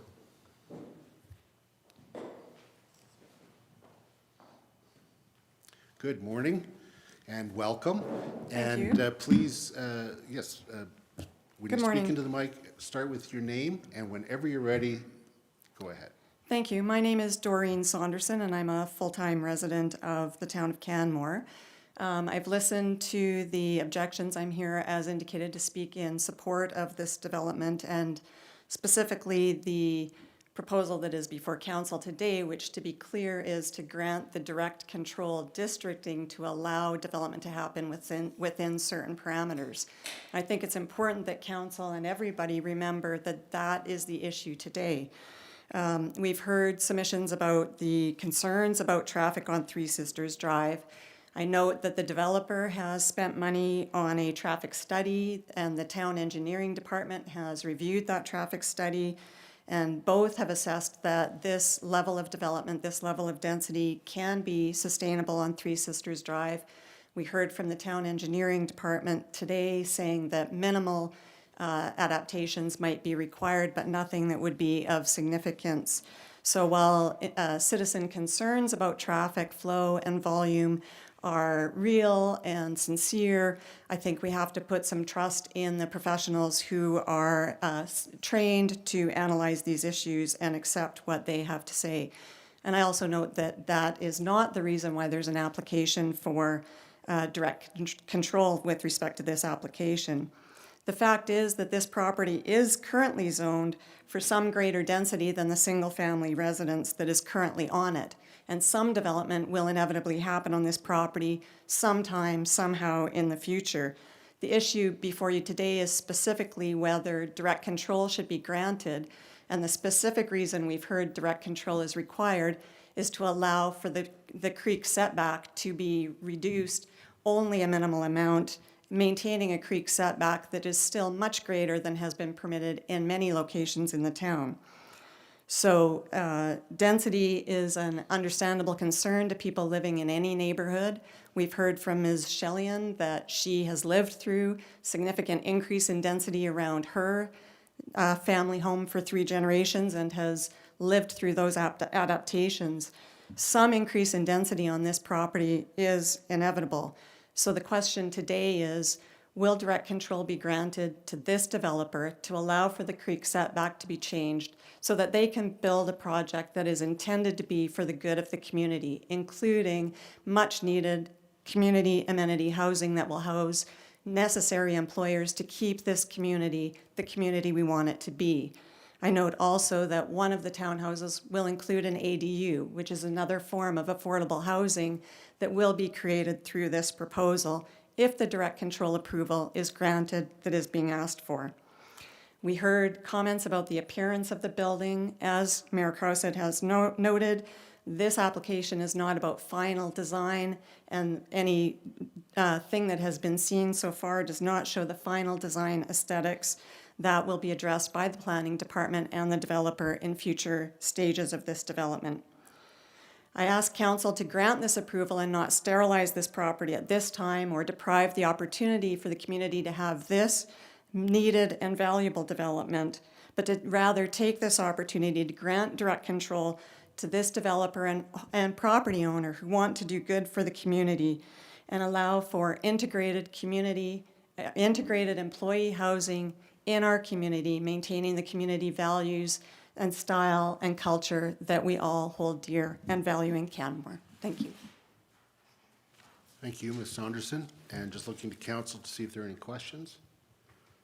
Seeing none, thank you very much. Okay, I'm looking to see if there's anyone that wishes to speak in opposition to this application. Yes, please come forward. As with the previous speakers, please speak into the mic and state your name, and whenever you're ready, please go ahead. Hi, Kate Ziddick, resident of Canmore since 1985. I am coming into this whole thing at 5 minutes to midnight, so sorry I haven't seen a lot of the plans. I am not privileged to see all the different proposals, but I do agree, as noted before, that this area being compared to TB Town is kind of like comparing apples to oranges. I am a mobile therapist, massage therapist, that travels to properties that usually are used by groups, hopefully mitigating those groups driving to some parking lot for massage therapy. I can just describe my experience in TP Town recently, where I will park and pay for parking in the Indigo parking zone by La Funil building, and wheel my own table 2 blocks to get to a site that has requested me to go there, but actually has no parking for someone like myself, which is just one vehicle. So I guess I'd like to speak to this project in a long-term vision. Of course, construction will take a lot of vehicles to be in that notedly congested area, but once the construction is finished, again, not knowing the plans, I'm not sure if I saw any visitor parking, but will there be parking for someone like the unimaginable water break? Those construction people will now need a lot more than my one vehicle to be outside that building for however long. Any other kind of upkeep will need more than just resident parking in that designated area. And of course, traffic will be limited by those possibly larger vehicles than my own to then be accounted for. So I'm just kind of trying to throw a vision down the road. Once the actual construction of something like this is done, there will be much more than just resident or staff parking needed. So I think that's all I'm going to speak to. But, Great. thanks. Well, thank you for coming out today and sharing your perspective. Looking to see if there are any questions. I don't see any, so if you could sign over there, and thanks again for coming out today. Okay, looking to see if there's anyone that wishes to speak in a neutral position. Is there anyone that wishes to speak in favor? Is there anyone that wishes to speak in opposition? Is there anyone here today that wants to speak in any manner whatsoever? Give you a thought. Sometimes people need a moment. Is there anyone that wishes to speak today? Anyone else? Okay, I'm not seeing anyone else wishing to speak today, so once again, I want to thank everybody that came out and shared their perspectives. It's not easy coming out and speaking publicly, and then speaking in a formal process also adds further tension and nerves to it. So I really, really do appreciate you coming out and sharing your perspectives and the wide variety of perspectives that we did receive. We also received written submissions. So now I'll turn to Mr. Stiver to let us know the written submissions that we've received. Yeah, thank you, Mayor Crosser. We have received 33 written submissions. I will apologize in advance for any name mispronunciations. So we have received 22 written submissions in favor. So that is Terry Buckenbarrow, Charles Carnigan, Chelsea Cudmore, Kathy Ann David, Martin and Kathy Davies, Pierre Doyon, Charmaine Elliott, Jamie Finley, Michael Fitzpatrick, Sarah Freeman, Richard Greaves, Shane Jonker, Ann and Pat Kamenka, Dominique Laguerre Galapo, Steve Lee, Fraser McIver, Eric McFadden, Marcia Nelson, Michelle Willette, Marilyn Ross, Rob Seeley, and Stephen Steele. And then we received 2 in a neutral or otherwise unstated position, Donna Holensky and Janice Ty. And then 9 in opposition. We have Danny and Louise Anderson, Ken Belanger, Don Chuman, Julie DeSotos, Jenny Evans, Barbara Kostink, Paul Moynihan, Michael O'Crisco, and Sylvia Warby. Great. Thank you, Mr. Stiver. I should add that in case anybody's looking at the numbers, it's not a vote also by the public. We could have 1,000 people come out and speak against, and it's still open to council to go for, and vice versa. We could have 1,000 come out and speak in favor, and still we would could turn it down. So please, nobody think, oh, I lost the vote because of the number of people that came in, or I won the vote because of the number of people that came in. So I just wanted to make that comment. Now I will look to administration to see if there are any closing comments that you would like to make at this time. Mr. Gravel. Yes, thank you, Your Worship. I just wanted to touch on a few things that came up during the public's comments. First, an architectural treatment would be required on that blank wall. The image that was shown, just to be clear, you're not allowed to have blank facades. How's that? There we go. Yeah, I think we need to upgrade the mic here. Yeah, so just to be clear, we don't allow for blank facades in new buildings as part of our architectural standards. So there would be an architectural treatment required on that side of the building that the gentleman showed.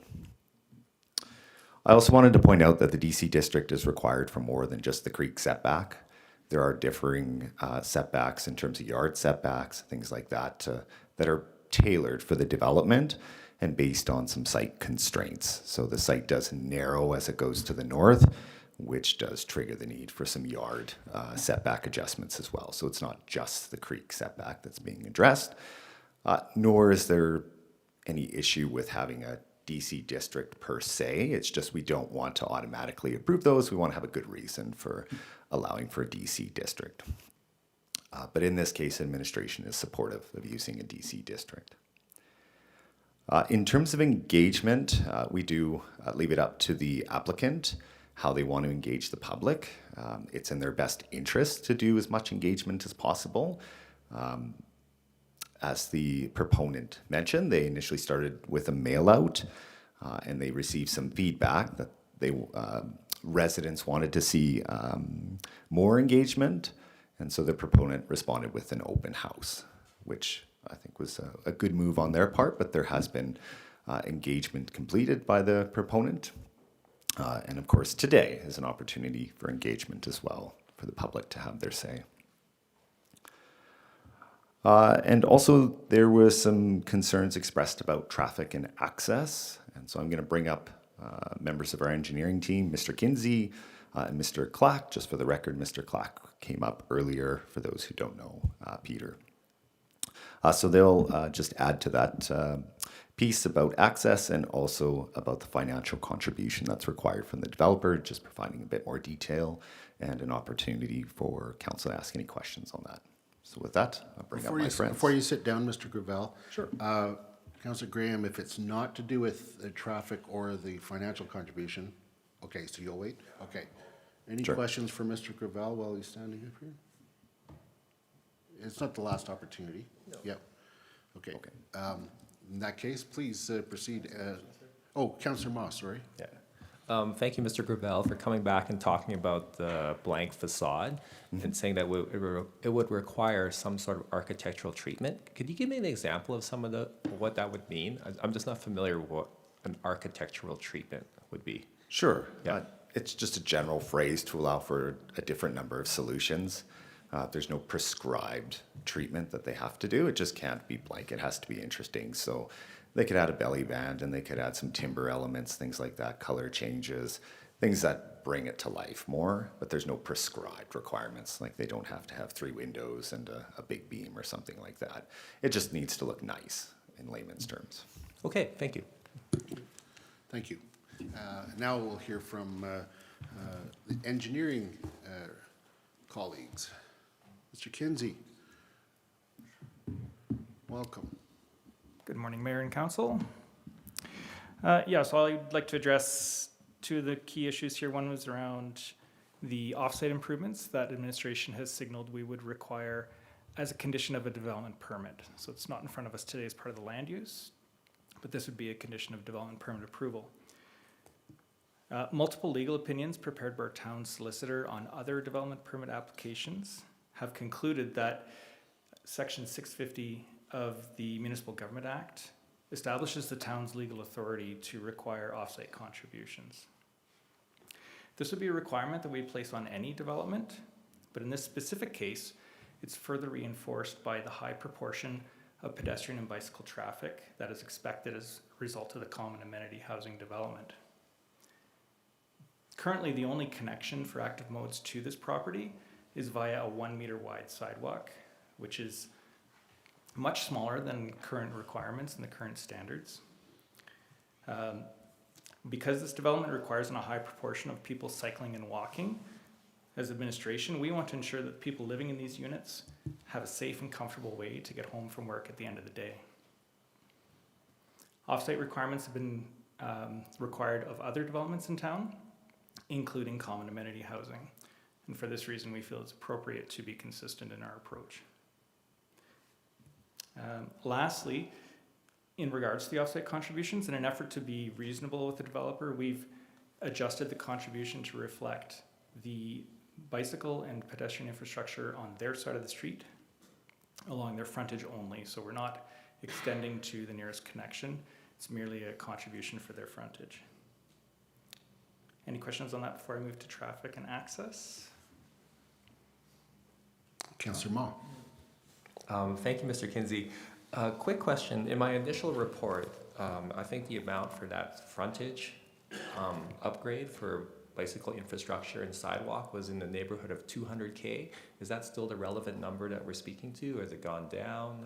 Just trying to understand that piece. Yeah, so of course that would be evaluated again at the DP stage. That was developed based on, so we engaged an engineering consultant to produce conceptual designs for that roadway. And then we used recent unit rates from other construction projects by the town to evaluate the cost of that infrastructure.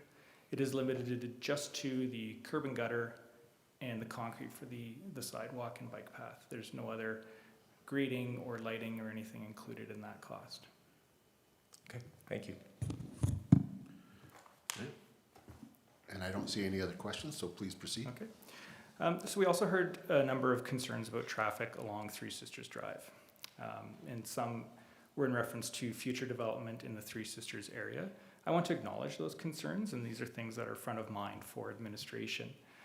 In the area structure plans for both Smith Creek and Three Sisters Village, there is an adaptive monitoring process that has been established. So at each conceptual scheme application stage, there will be what's called a mobility assessment submitted by the developer.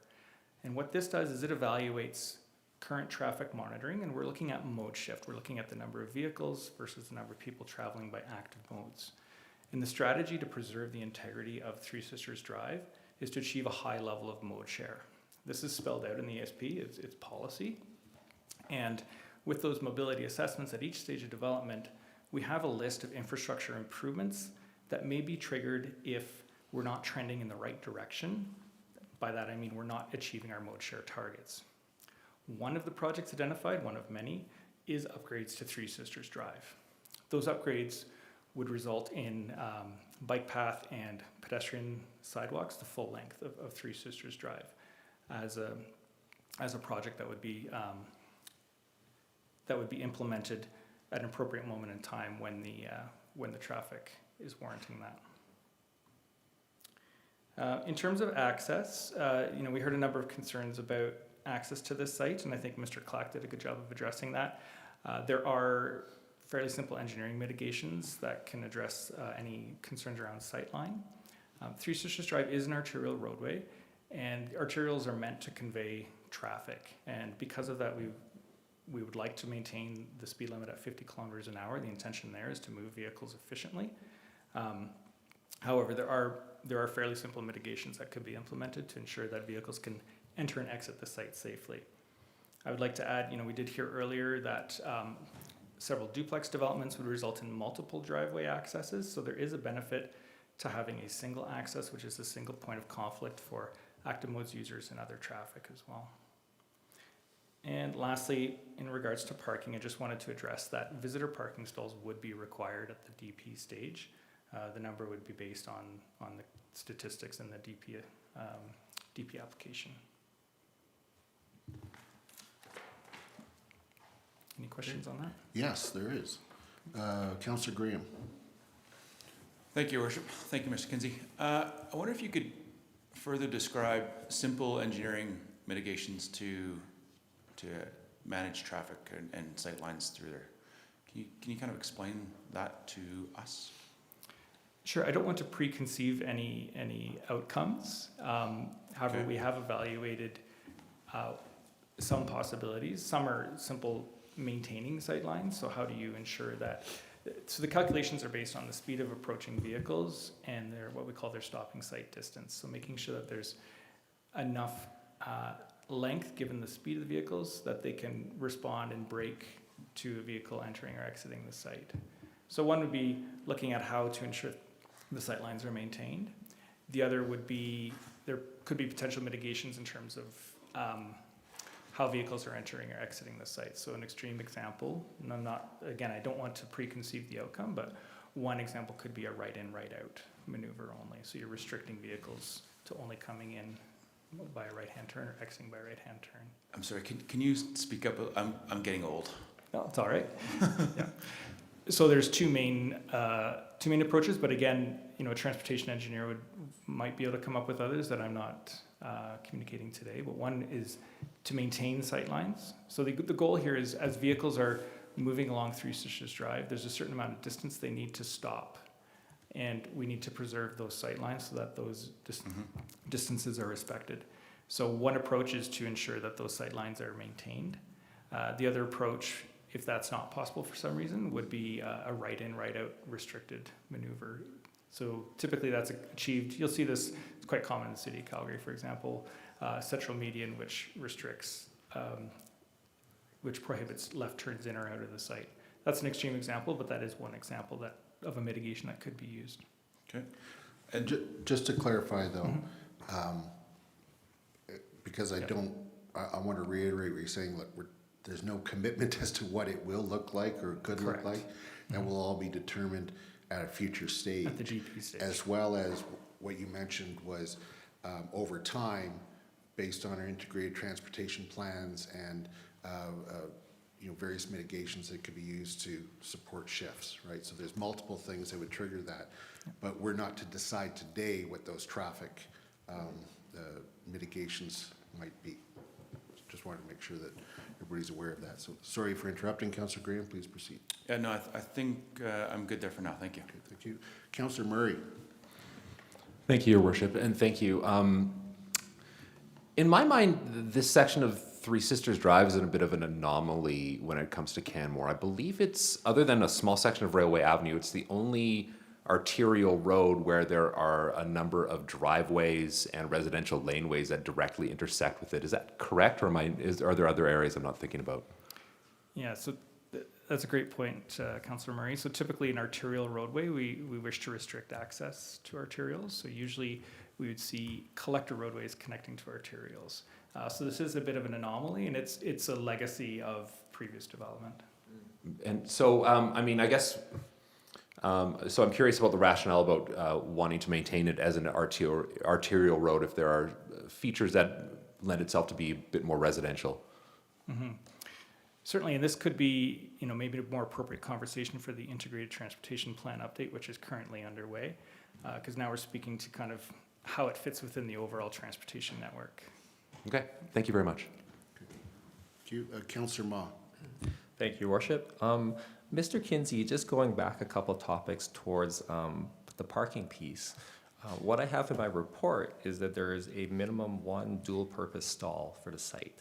And you're alluding that at the DP stage, it might be a different number? I'd invite either Mr. Gravel or Mr. Clack to speak to that. Yes, the parking requirements are stipulated in the DC district already, so what you see there is what will be provided in terms of visitor parking, permanent parking, and so forth. Could you explain, just for the public's knowledge, what a dual-purpose stall exactly is? Yeah, it's meant to serve as short-term parking to allow for some loading and allow for visitors to come and visit the site, visit friends, and so forth. So it's dual purpose in the sense that it's time restricted that will allow for both purposes to occur. So if you need to move in or move out, there's a spot to do so. If you need to find a spot to park because you're visiting the site, it's there as well. And we see this in Spring Creek, where there's dual purpose. sites as well, or parking stalls. Okay, thanks for clarifying the terminology. Thanks. Thank you. Councillor Faubert. Thank you, Your Worship, and my question is for Mr. Gravel, I believe. In the MDP, in the infill and redevelopment section, under 2.3.2, 2.3.3 speaks to where significant redevelopment of an existing neighborhood or large area of town is being proposed, an area redevelopment plan shall be prepared. What is administration's position on whether or not this area of town is subject to significant redevelopment from this proposal or from various proposals and whether or not you considered if a redevelopment plan was needed, just to help everyone understand when and if an ARP would be considered in this situation? I think an ARP would be for a much broader change to the area and not just site specific. It's always an option, I suppose, for council if they see relevance in having a long-term plan for an area. But for the purposes of this application, we don't feel that an area redevelopment plan would add much value to the process. Is it around 100 units that an ARP might be triggered? I think it's a bit subjective in terms of when you decide an ARP would be required or not. But I would feel that it would warrant more than just this particular site to trigger. Thank you so much. That answers my question. Thank you. Okay. Looking to see if there are any other questions of administration. Councillor Ma. Thank you, Your Worship. There's some commentary regarding the road coming down from the cul-de-sac of Rummel Place being an emergency access road. Is that accurate? This is my understanding, yeah. There's, okay. And then there's also commentary about snowplow. I don't know much about the whole snowplow situation and what that requirement is for the emergency access road, or I'm just trying to understand that piece here. Mm-hmm. I wouldn't be able to comment on that okay. Per se, but I can confirm it does serve as an emergency access road. Mm-hmm. Further up at the top, there's a gate mm-hmm. that links it with the residential area above. Okay, so gotcha. Provides secondary access. Thank you so much. Okay. I don't see any further questions. And so I'm going to now close the public hearing. And we are going to be taking a 20-minute break, returning at 10 after 11.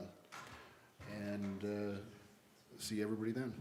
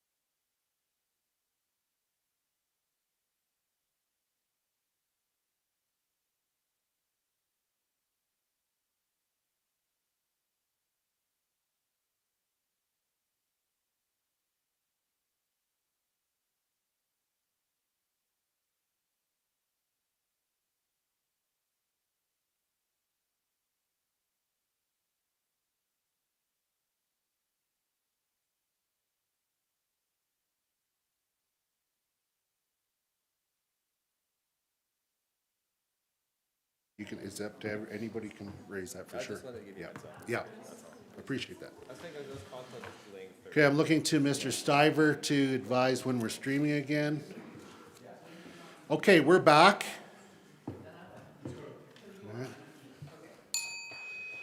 Okay, we're back, and we're going to move on with the next items of business. And first of all, we're going to approve minutes. So moving to items D1, this is the minutes of October 30th annual organizational meeting. Are there any errors or omissions? Seeing none, I move approval of the minutes of October 30th, 2025 annual organizational meeting of council as circulated. All those in favor? Carried unanimously. Now the minutes of November 4th. Any errors or omissions? I'll move we approve the minutes of the November 4th, 2025 regular meeting of council as circulated. All those in favor? Carried unanimously. Now bear with me here. I'm just going to be bringing up.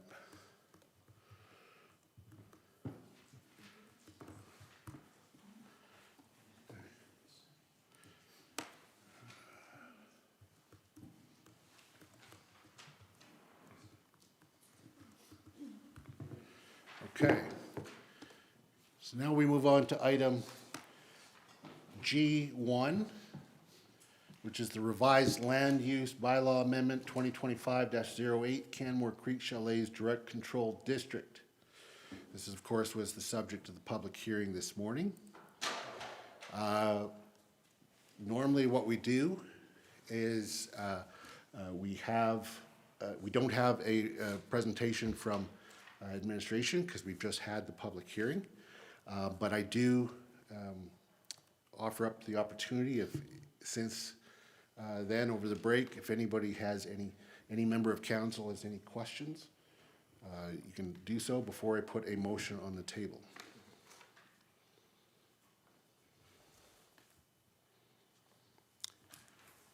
Seeing none, I'll move the council give second reading to revised land use bylaw amendment 2025-08 Canmore Creek Chalets Direct Control District.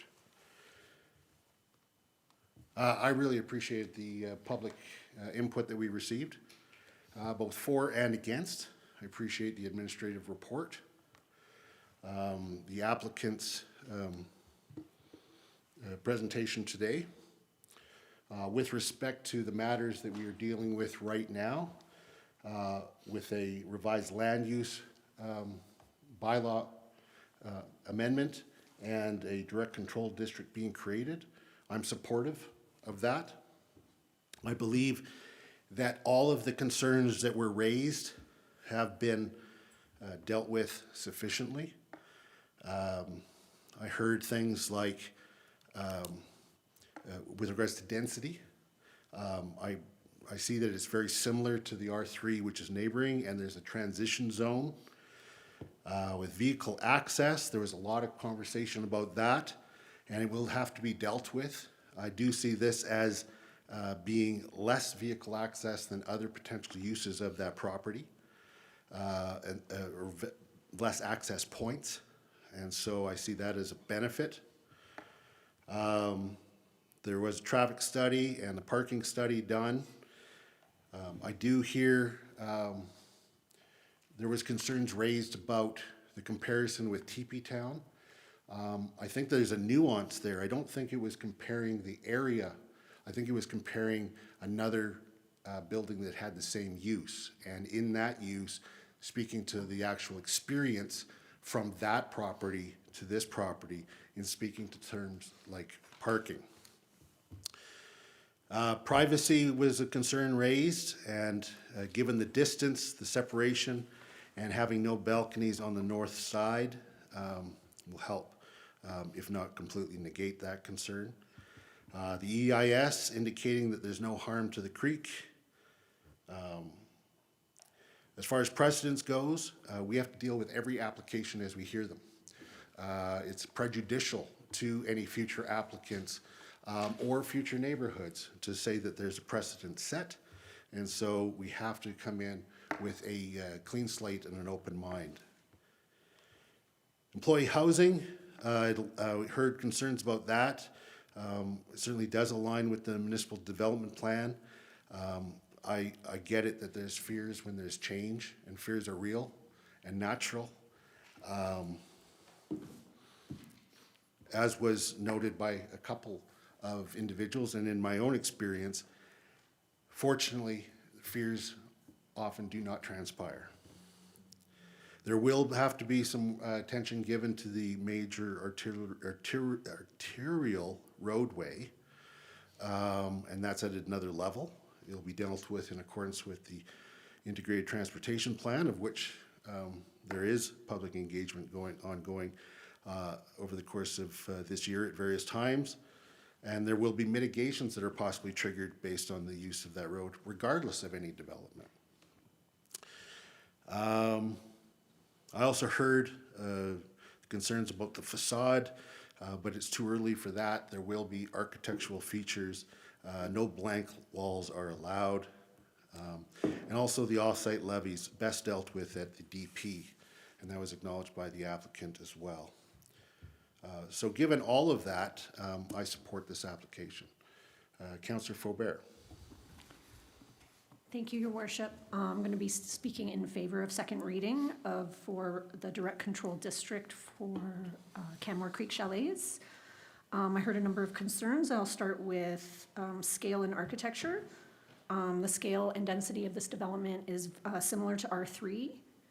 While common amenity housing is a particular use that is new to the land use bylaw, the scale of common amenity housing is similar to R3.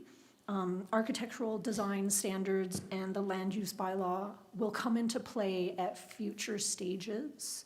And so while I heard a lot of concerns about what this might look like, that wasn't the question in front of council today for this direct control district.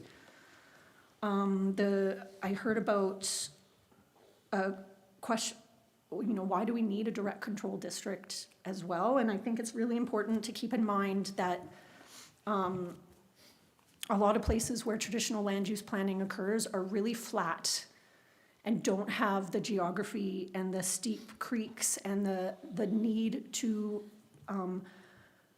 recognize that there are site constraints on particular properties. And so for me, the need for the direct control district is met. I heard concerns around privacy, and when I look at the submissions around the grading and the separation and the setbacks of the direct control district, I feel that those have been mitigated.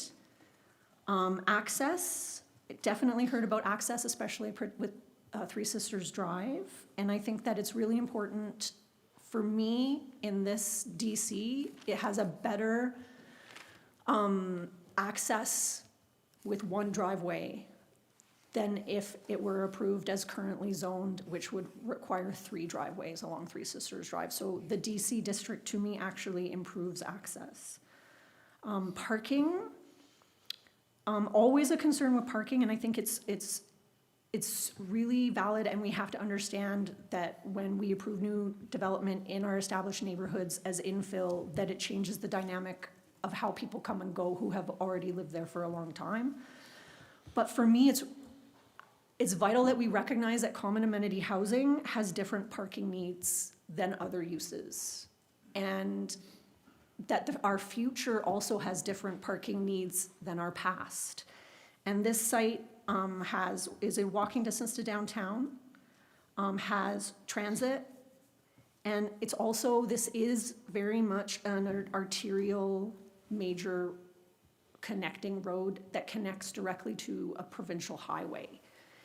And so for me, I found all the feedback we received on traffic and access really, really valuable, because while it may not change this direct control district, what it does is it builds into the future planning, and I believe engineering really spoke to this.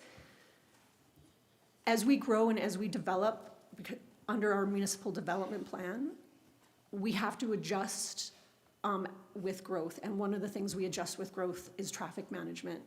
And so those future needs, I think, have been well highlighted by the neighborhood, providing this really valuable feedback at this stage.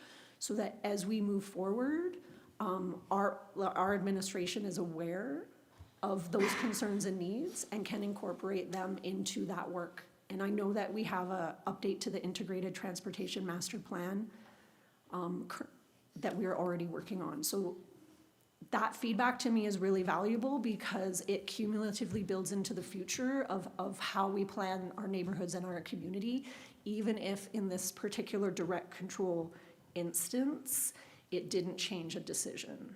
And I hope that makes sense. That's all the things that I wanted to address.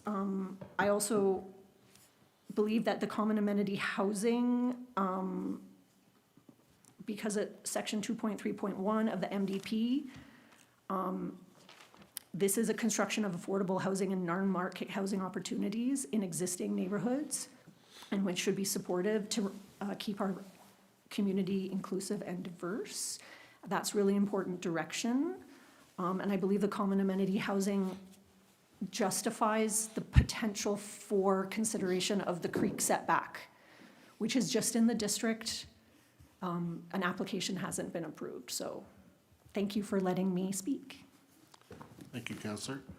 Councillor Marin. Thank you, and thank you to Councillor Foubert and Mayor Crowsard. I think you've done a good job of addressing the concerns and the things that we heard here today. I will also be speaking in favor of this amendment and second reading. I also want to say that I admire the passion of all of our community members who have submitted written submissions and who spoke here today. I know that that can be challenging. It takes a lot of courage to stand up, especially in front of council. I also recognize that this is a unique project, and I want to thank the property owner and the developer for the work that they've put in to the thoughtfulness of this unique project that is one of the newer projects for our community. I know there's a lot of concern about traffic and safety, and I think it was clear today that that will be addressed at the development permit stage. So although we're not making decisions on that today, I recognize that that is a concern for this development and for that area in general. And I think that that's been very clear to administration as we look at that integrated transportation plan as well. So I do think that this keeps the larger community needs in mind. It aligns with the MDP, so I'm speaking in support of this motion. Thank you, Councillor. Councillor Murray. Thank you, Your Worship. I'm speaking in support of this motion as well to give second reading to this revised land use bylaw amendment. You know, it's an interesting Canmore problem. Somebody who has owned a piece of land, in this case a fairly large one, for a long period of time, and they've seen that piece of land appreciate in value significantly, which it's in some ways a good problem to have, but in other ways, you know, you have a locked-in asset, and now you're paying taxes on something that is appreciated quite a bit, aging infrastructure on that land. How do you deal with that problem? I think the proponent has come up with a very unique solution to do that, while also providing something that has been identified as a community need, which is, you know, employee housing, which I think meets the stress test of something we should be doing sparingly, which is these direct control districts here. A lot of concerns were brought up at the public hearing. A lot of them were very valid. I think the proponent has done a really good job demonstrating that the heights are somewhat mitigated by the slope and some of the existing buildings around there. When it comes to the creek setbacks, I think they've done a really good job of mitigations for that, and the EIS really speaks to the fact that this should be okay to be placed on this land. The traffic one is a piece that I also have some concerns with, and will definitely be something that I hope will be brought forward in the integrated transportation plan update. However, I see that as something of an adjacent but separate issue when it comes to this motion that's in front of us right now. So I'm looking forward to having further conversations about the designation of Three Sisters Drive as arterial, or anyway, however that plays on the ITP. But I just wanted to say I'm going to be, I plan on voting in favor of second reading here today. Thank you, Councillor. Councillor Hillstead. Thank you. I will also be voting in support of this revised land use bylaw amendment for many of the same reasons, so I'm not going to keep pontificating everything that's already been so well said. So, but again, I do want to address that, yes, there were definitely valid concerns that were brought forward, but I think a lot of those can be mitigated, and some of those are actually just, you know, at a higher level, like the ITP, where this development will add to it, but there'll be other developments that add greater to it, and we have things in place to deal with that. So that's something that time will tell, and we'll deal with it as they become, as they come forward. Thank you, Councillor. Councillor Ma. Thank you, Worship. This one here is an interesting one for me. I think it was a strong application, and I appreciate Ms. Shellyan coming in and sharing her personal story and her history with the site. And I think there's a lot of great things about this project. I think the CAH piece, the community, the common amenity housing, it is something our community definitely needs. I also think that like the commentary brought up in the public hearing regarding the traffic, regarding the parking, yes, like I am heartened to know that we'll be reaching deeper into that as we look at things at the DP stage for safety and also like the ITP. So I'm of the mind to give second reading and potentially postpone third. I'm just broadcasting my future intention possibly here, just to have a bit more time to like soak in the 2 hours of public hearing that we had, because it was quite a fulsome one and there's a lot of meat there. So thank you. Thank you, Councillor. Councillor Graham. Thank you, Your Worship. I too at this time will be supporting second. A lot of the issues that were brought up have mitigation opportunities for them. I too am concerned about Three Sisters Drive and the safety concerns in that stretch. I think that those have a need to be addressed, and we'll see what that looks like through the ITP. As far as Councillor Ma and alluding to postponing third, I would be supportive of that. I believe that there's enough information here for just a sober second thought. So if you look to bring that motion forward, I'd be supportive at this time. Thank you. Councillor. Okay, so we have second reading on the table. Everyone's spoken to it. We're going to call the question. All those in favor? Carried unanimously. I'll now move that council give third reading to revised land use bylaw amendment 2025-08, Canmore Creek Chalets Direct Control District. Councillor Ma, were you wanting to bring a postponing motion? Yeah, thanks for helping with that procedural piece there, Mayor Krauser. I just, as I alluded to just a little while ago, given the fulsome hearing and all the pieces that have been brought forth, I would support postponing until our next council meeting in January for this decision. And so that's the piece there. I just want to dig a little bit deeper. Just to be clear before you speak to it. Sure. So the motion is to postpone to the January regular meeting of council for the purposes of further considering the feedback provided? Yep. Okay, and just looking to the clerk, I believe that meets the needs of our procedural bylaw. Okay, great, thank you. Councillor Ma, please continue. Yeah, so thank you for checking on that. Thank you, clerk, for letting me know. Yeah, I just think there's a lot of pieces to this, and there's a lot to process. And just for my personal level, I just wouldn't mind having a couple more weeks to just settle in on it all. Thank you. Okay. I'll speak to it. I personally don't need more time. Nothing has changed with the bylaw than was approved at first reading. And certainly the concerns that were raised, the vast majority of them were raised previously and spoken to in the administrative report. And so while I appreciate people coming out and speaking to them, and also their written submissions, we read those, for the vast majority of them in advance. And so I've had lots of time to consider that.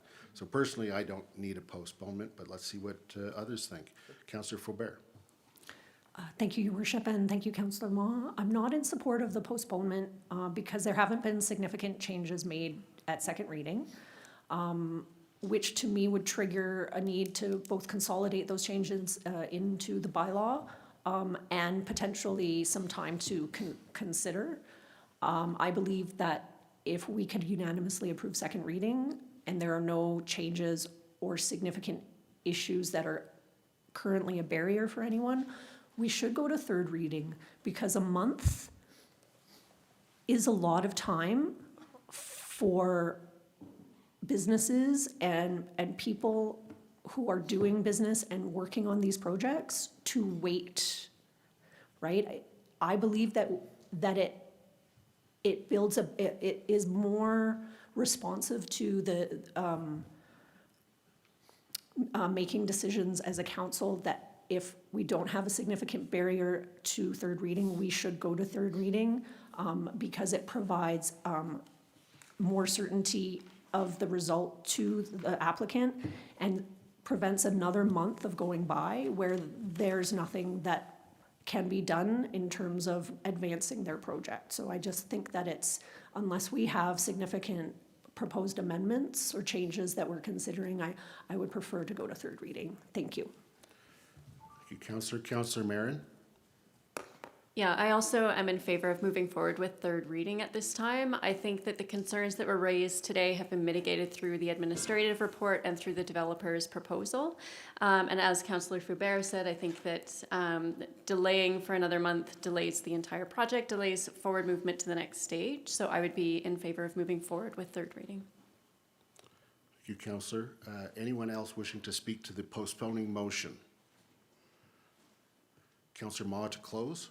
Thank you so much, Councillors Faubert and Councillor Marin, for providing your input on there. I just humbly submit that during the holiday season, I think a lot of things are going to be shutting down organically anyway for the holidays. And so for that time, this could be a good one till I have a little bit more time to contemplate. Thank you. Thank you. So we have the postponing motion on the table. I'll now call the question. All those in favor of postponing? Opposed? The motion is defeated with Councillors Graham and Ma in favor. So now we're back to the original motion, which is the third reading. Would anybody like to speak further to this motion? So now I'll call the question. All those in favor? All those opposed? Yeah, the motion is carried with Councillor Ma opposed. Okay, thank you very much, everyone. We'll now move on to item G2, which is the Silvertip Golf Course Consolidation, Town of Canmore Municipal Development Plan, Silvertip Area Structure Plan, and revised land use bylaw amendments.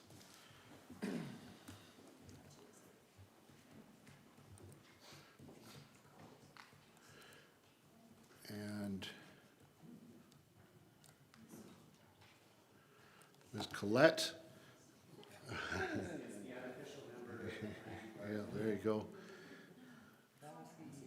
Yeah. We'll just.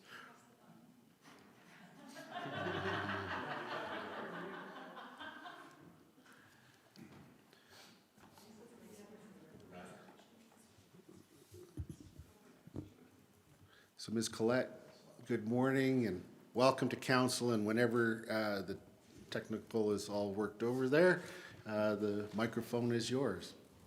Good morning, Mr. Worship, and members of council. Once this pops up, I will help introduce a series of amendments to the land use bylaw, Silvertip Area Structure Plan, and Municipal Development Plan. This is really a follow-up, a part two. That's perfect, thank you. A part two of an earlier amendment that we examined earlier this year in April. It really deals with two parcels in the Silvertip Golf Course area, denoted by parcel A and parcel B, which is the kind of small bluish one that's a little bit difficult to see, and it's a long Mountain Tranquility Gate. Currently, these two parcels are serving part of the Silvertip Golf Course. The the applicant submitted an amendment application to amend the Silvertip Area Structure Plan, the Municipal Development Plan, and Land Use Bylaw to reflect what currently exists within these parcels. Currently, they serve as Hole 6, but the districting and the designations in the Area Structure Plan and Municipal Development Plan show them as future residential development. So the first amendment speaks to the Municipal Development Plan. These two parcels are within the concept area for new and future neighborhood growth residential development. The golf course is currently within private recreation, so the intent is to switch them over from future residential development to private recreation, which again reflects their current activity. The second piece to align with that is an amendment to the Silvertip area structure plan. So moving these from medium density residential and low density residential into the established areas, which is what currently captures the Silvertip area, or Silvertip golf course. And then following that, a land use bylaw amendment to reflect the same changes. So taking parcel A from the Silvertip residential district, the lower density residential district, and parcel B from the medium density residential district, and putting them over to the direct control district for the Silvertip golf course.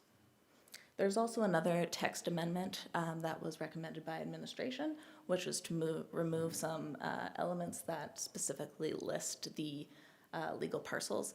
That's not necessary and is rather redundant given the section section 15, which is the map section of the land use bylaw. So just cleaning some things up as we go. We submitted a circulation to adjacent property owners within 60 meters of the site, both parcels A and B, and no comments have been received to date. In general, administration supports these changes. They reflect what currently exists, and this is more or less a housekeeping series of amendments.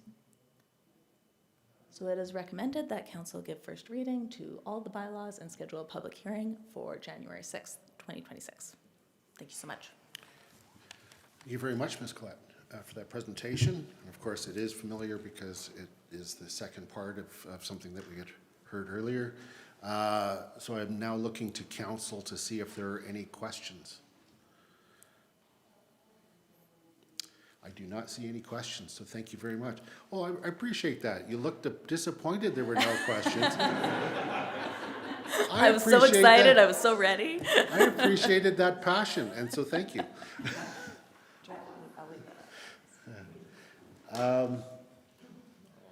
I will then move that council give first reading to Municipal Development Plan Bylaw Amendment 2025-34 Silvertip Golf Course Consolidation. Would anybody like to speak to this motion? Seeing none, I'll call the question. All those in favor? Carried unanimously. I'll now move that council give first reading to Silvertip Area Structure Plan Bylaw Amendment 2025-33 Silvertip Golf Course Consolidation. Would anybody like to speak to this motion? Seeing none, I'll call the question. All those in favor? Carried unanimously. I'll now move that council give first reading to revised land use bylaw amendment 2025-23 Silvertip Golf Course Consolidation. Would anybody like to speak to this motion? Seeing none, I'll call the question. All those in favor? Carried unanimously. And I'll move that council schedule a single public hearing for bylaws 2025-34, 2025-33, and 2025-23 for January 6th, 2026. Just to speak to this matter entirely, it is a continuation of what we've heard before. In some ways, it's a housekeeping cleanup thing, and I appreciate that notice has been sent out to residents, and there hasn't been any comments, which tells me there isn't concern yet, but I do look forward to hearing or having a public hearing so that we have another opportunity for people to raise any concerns they have or support that they may have. Anyone else wishing to speak to this motion? Seeing none, I'll call the question. All those in favor? Carried unanimously. We'll now move on to item G3, which is revised land use bylaw amendment 2025-18. This is on 95 Three Sisters Drive.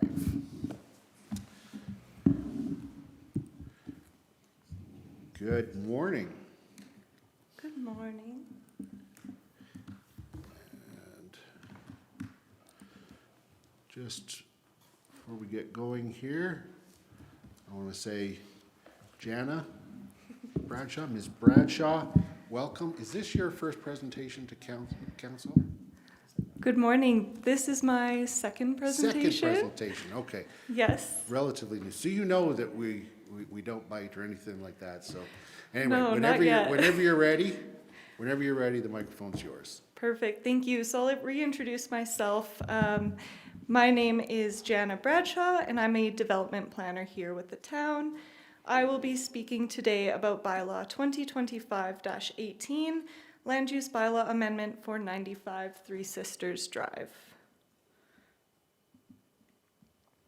So as a general background, the purpose of this application is to redesignate 95 Three Sisters Drive from local commercial to commercial resort district.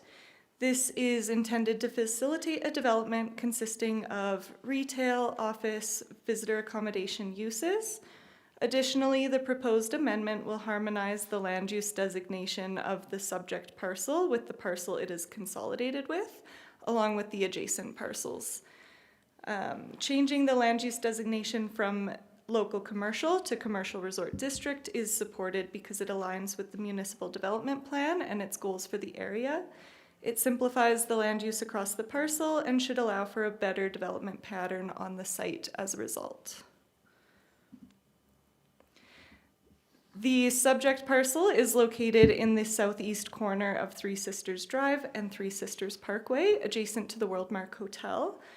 The adjacent parcel to the east is designated as Conservation of Wildlands District, and to the west and north, the land is designated as Public Use District. The subject property has recently been consolidated with 99 Three Sisters Drive, which has recently received development approval for a visitor accommodation development. I will make note that this is a very complex site with property lines that are not typical, and there's multiple complexities, of course, given the current districts. So this map here is another view of the subject property, and you can see that the parcels directly adjacent are designated the Commercial Resort District, and the proposed land use amendment is intended to bring that in alignment with those adjacent parcels. On the screen, you can see the uses that are permitted and discretionary within the existing local commercial district. So there's a mix of commercial uses here as well as some residential uses. And these are the uses that are permitted and discretionary within the commercial resort district. So a number of similar uses, and the commercial and tourist service intent is retained. There's also the added visitor accommodation use as well. So again, these are the uses that are currently contemplated within the adjacent parcels that are already designated commercial resort district. So the proposed land use amendment for 95 Three Sisters Drive would allow for a comprehensive development with 99 Three Sisters Drive. Additional details are provided within the agenda package as well. So the proposed uses include visitor accommodation along with employee housing as required, office and retail uses. The commercial component of 95 Three Sisters development is intended to provide amenities or services to the adjacent hotel development as well as nearby residential areas. And changing the land use designation of 95 Three Sisters Drive from local commercial to commercial resort district allows for a more logical and efficient development pattern in coordination with the rest of the parcel. This is because we're removing that current split zoning, which results in a few development difficulties through the conflicting regulations there. And as you can see, there is a shared access that goes through 95 Three Sisters Drive into 99 Three Sisters Drive. There's also intended to be shared servicing and shared snow storage.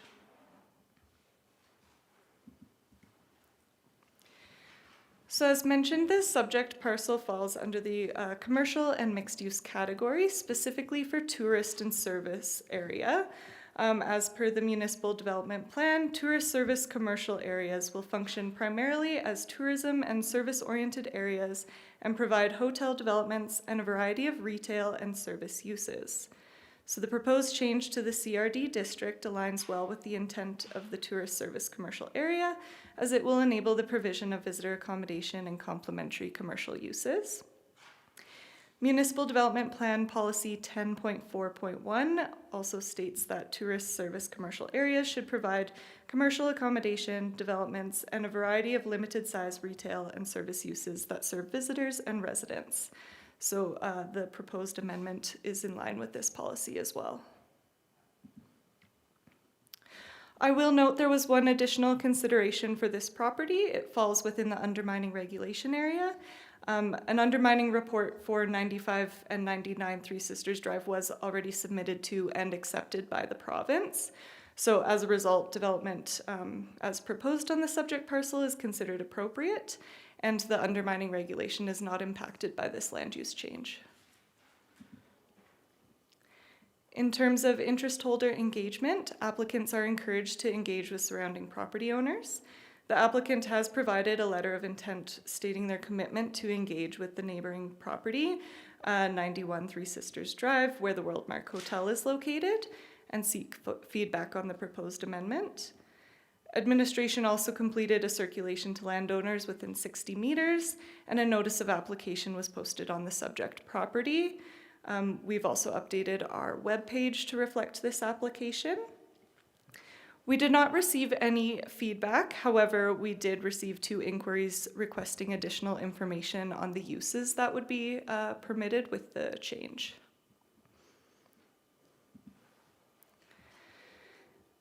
And to wrap things up, administration recommends that council give first reading to revised land use bylaw amendment 2025-18 and schedule a public hearing on January 6th, 2026.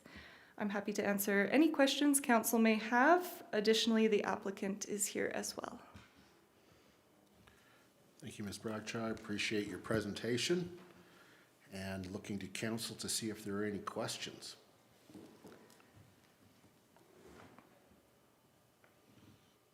I don't see any. Thank you very much.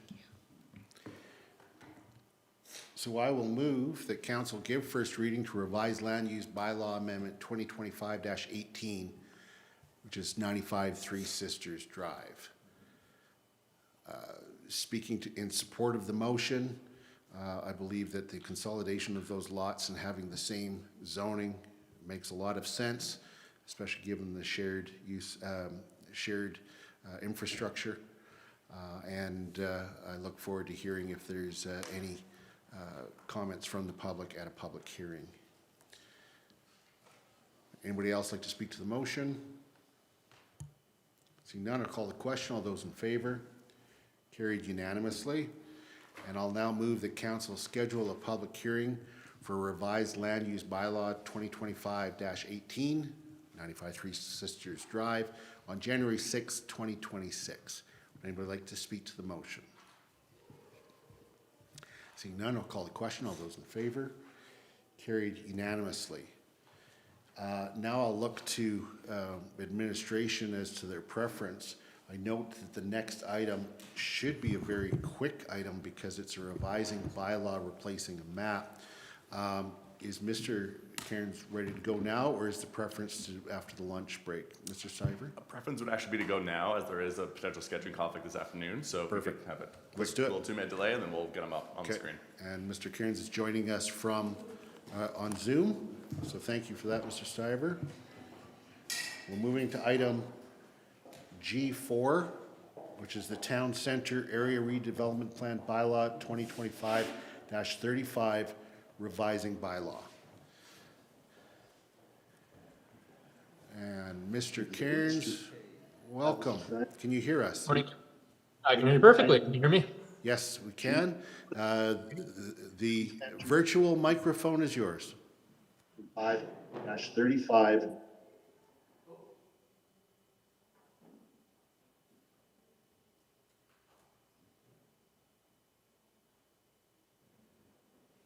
Thank you, Mayor. Sorry for the delay there. I realized I was watching the live stream concurrently and I had to turn that one off.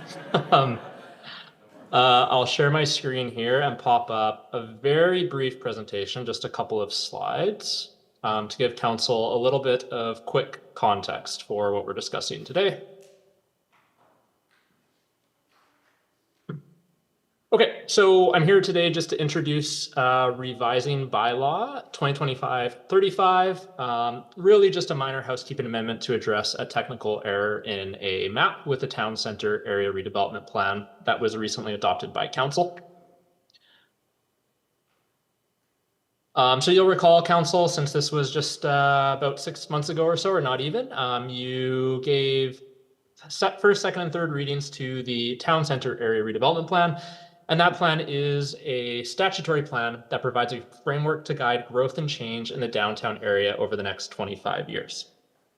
Some revisions were made at the direction of council following public hearing, and the statutory plan was subsequently adopted on July 8th. We noticed shortly after council adoption of the ARP that there was a minor mapping discrepancy. This is a map that is only for information purposes only. It does have no policy impact or effect. And it was just to highlight a few parcels that may be subject to a restrictive covenant that was registered by the town in 1968. Solely for information purposes only, and the relevance of a restrictive covenant, of course, is whether or not it is on title, not whether it is on a map that is indicated in the ARP for information purposes only. Due to the nature of these ARPs, they're technical documents that have massive map files behind them with dozens or hundreds of layers in them. And during the packaging of the final council agenda package, map layers were altered, and that was caught shortly after that meeting. So the revising bylaw introduced today is just simply a correction of that map, identifying the correct parcels that were actually originally subject to that restrictive covenant that was registered in 1968. And per section 63 of the MGA, municipalities are able to pass revising bylaws so long as they do not materially affect the bylaw, and it is to correct clerical, technical, grammatical, or typographical errors, which this is doing today. Public hearings are not required, and our recommendation today is that all 3 readings be given to this revising bylaw. And that's important, 1, not just to reduce confusion and address the technical error, but 2, we do anticipate bringing forward an implementation package for the ARP in the new year that would include amendments to our land use bylaw. So moving forward, all 3 readings now would ensure that we don't muddle the waters with the public and have them confused about what is being brought forward through the revising bylaw and what is being brought forward to implement the ARP. So that is all I'm going to share with you today, and I'll stand here and happy to answer any questions. Thank you. Thank you, Mr. Cairns, and thank you for your presentation. Just for those that would be watching, and for clarification purposes, I know a lot of people will go, well, don't a lot of your bylaws revise things? Aren't those revising bylaws? And the answer is yes, but no. The MGA specifically sets out something called a revising bylaw for when there are changes that are non-substantive, correcting errors, those sorts of things, in which case it would be a waste of time and money of everyone involved to go through public hearings and all of that sort of thing. So it's for those specific revising bylaws proper that we're here today, even though, of course, we do see revisions in other forms of bylaws. So thank you for that. Looking to council to see if there are any questions. Seeing none, thank you very much, Mr. Cairns. I'll now move that council give first reading to Town Centre Area Redevelopment Plan Bylaw 2025-35 revising bylaw. Would anybody like to speak to the motion? Seeing none, I'll call the question. All those in favor, carried unanimously. I'll now move the council give second reading to Town Centre Area Redevelopment Plan Bylaw 2025-35 revising bylaw. Anyone wishing to speak to the motion? Seeing none, I'll call the question. All those in favor, carried unanimously. Move the council give leave to go to third reading of Town Centre Area Redevelopment Plan Bylaw 2025-35 revising bylaw. Anyone wishing to speak to the motion? Seeing none, I'll call the question. All those in favor? Carried unanimously. And I move that council give third reading to Town Centre Area Redevelopment Plan Bylaw 2025-35 revising bylaw. Anyone wishing to speak to the motion? Seeing none, I'll call a question. All in favor? Carried unanimously. Thank you, everyone, and thank you, Mr. Cairns. Have a good rest of the day. We are going to be taking a lunch break now, and we will return at 1 o'clock. Thank you.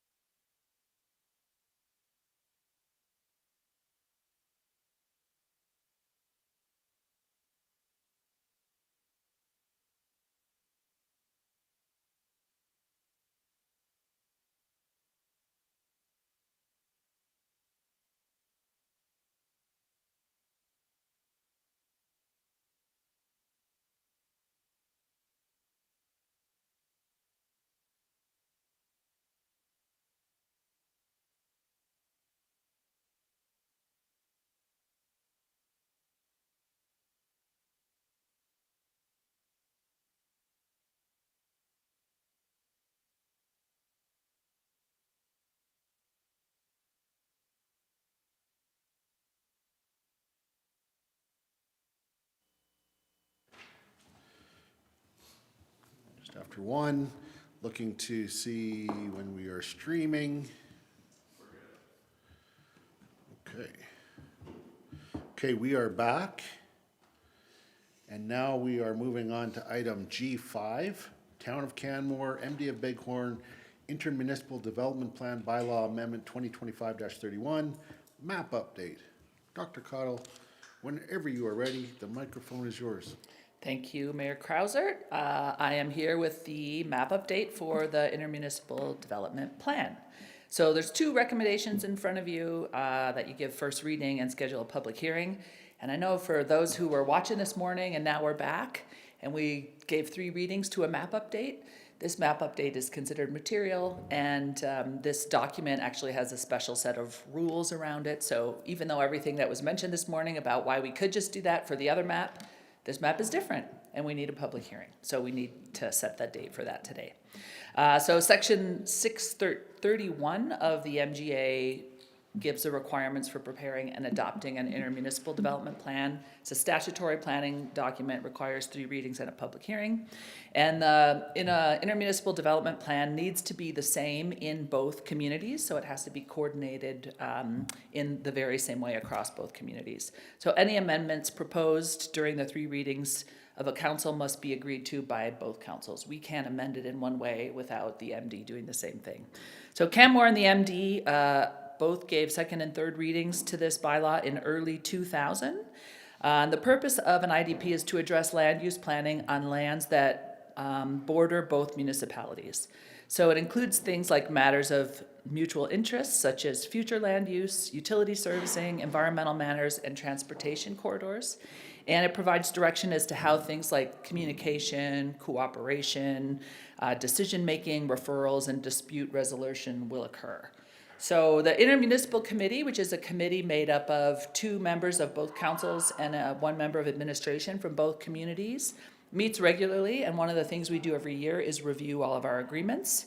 And in our last overview of all the agreements, it came to light that figure 1 of the overview map needed updating, and that another map needed to be added. So both of those maps are included in your package. And then for clarity, Harry Snyder, our manager of planning, suggested that we also add the words "and facilities" to subsection 1 of section 1.4, which we ran by the MD and they agreed with. So attachment 2 in your package reflects the updated IDP. Both communities are giving first reading in December and holding a public hearing in January.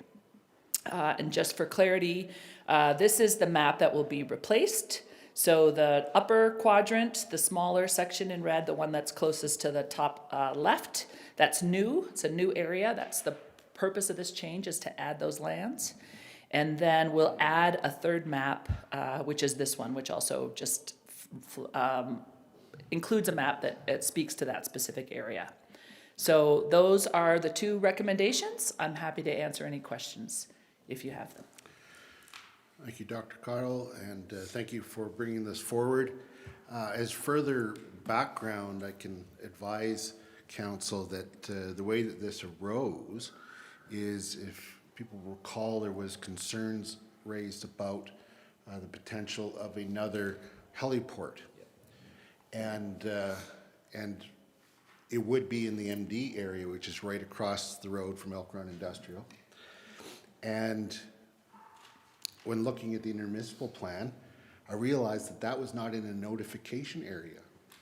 There was nothing for that, which I thought maybe there should.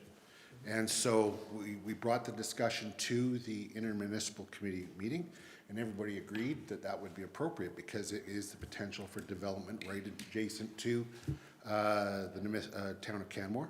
And so this map change came about and now is before us today. Any questions on the report? Councillor Ma.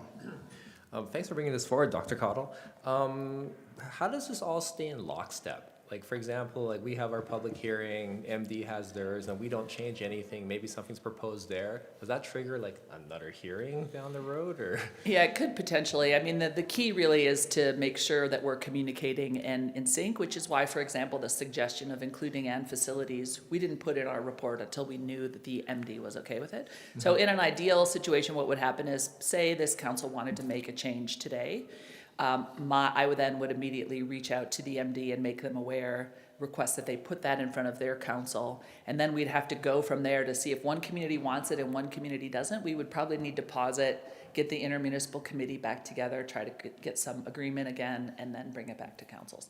I'm not aware of those kinds of things happening, but that's sort of how I would imagine that process playing out. The hope would be if a similar thing happened at the MD, that the first thing they would do is let us know.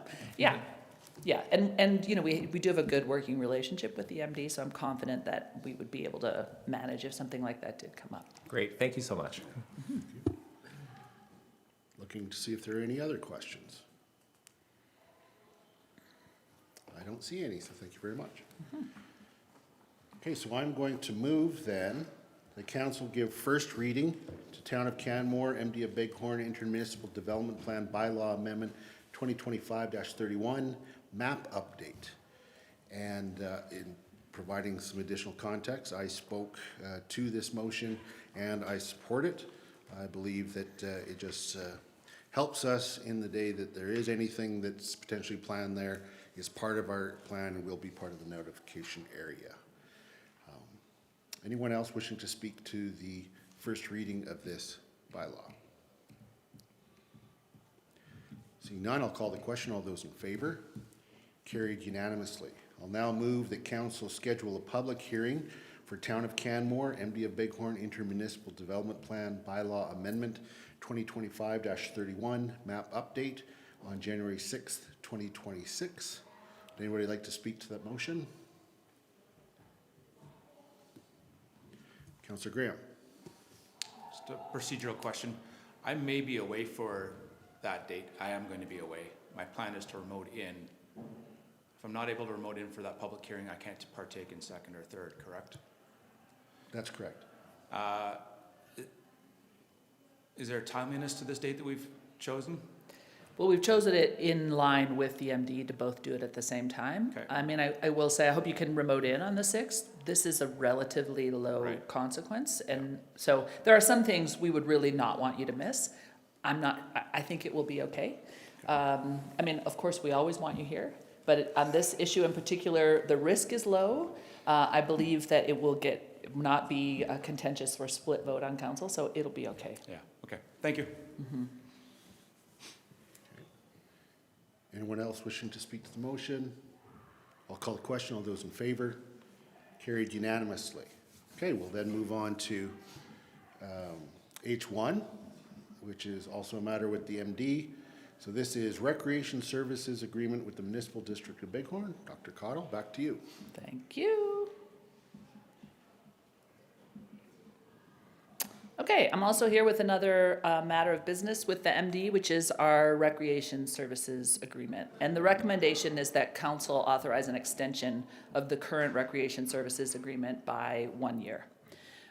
So we've had a recreation agreement with the MD for quite some time, but 2013 was a significantly different year, in part because of the opening of Elevation Place. So in 2013, we actually moved away from an agreement and created a 2-year MOU for MD recreation contributions to Canmore to allow some time for Elevation Place to get up and running, for the town to collect some data and statistics on that use, and to figure out how many programs and services across the town of Canmore's recreation services were being used by MD residents.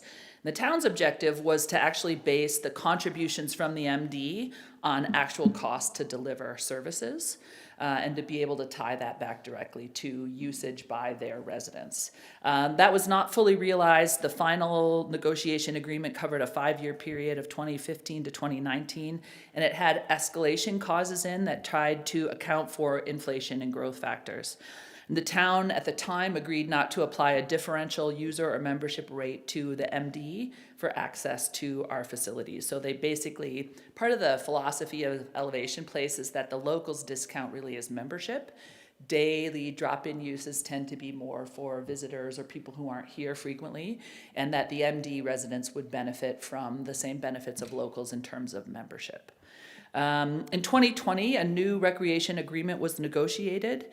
It was governed by the Intermunicipal Collaboration Framework, which is also a requirement of the province that communities have those. And the idea was that cost share contributions for the MD were going to be increased steadily over 6 years until they reached the negotiated cost recovery allocation of 4%. So in those years when Elevation was first opened by 2020, we had really good data on use, and it was averaging around 4% a year across all of our recreation services and programs, that MD residents were 4% of users.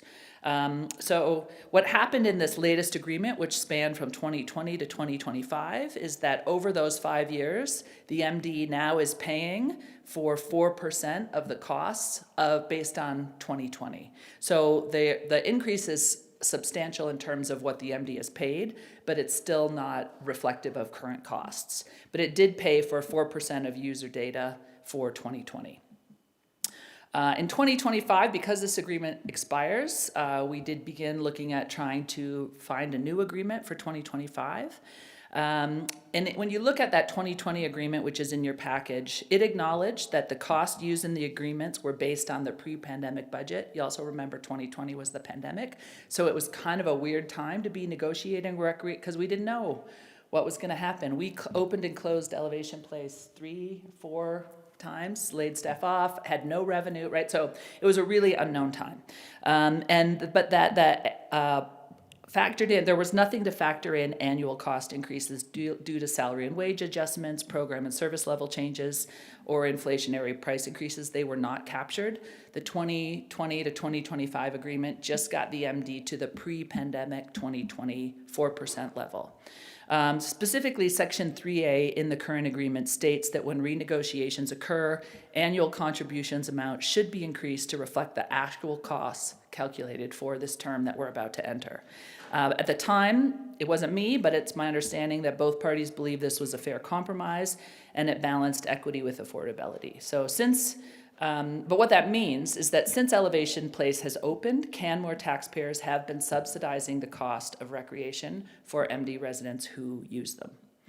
So this year when we started negotiation, the town reviewed the previous agreement, including Section 3A and MD resident use data, and the actual use of MD residents has gone up over the last 5 years to 4.8%, which is part of your package.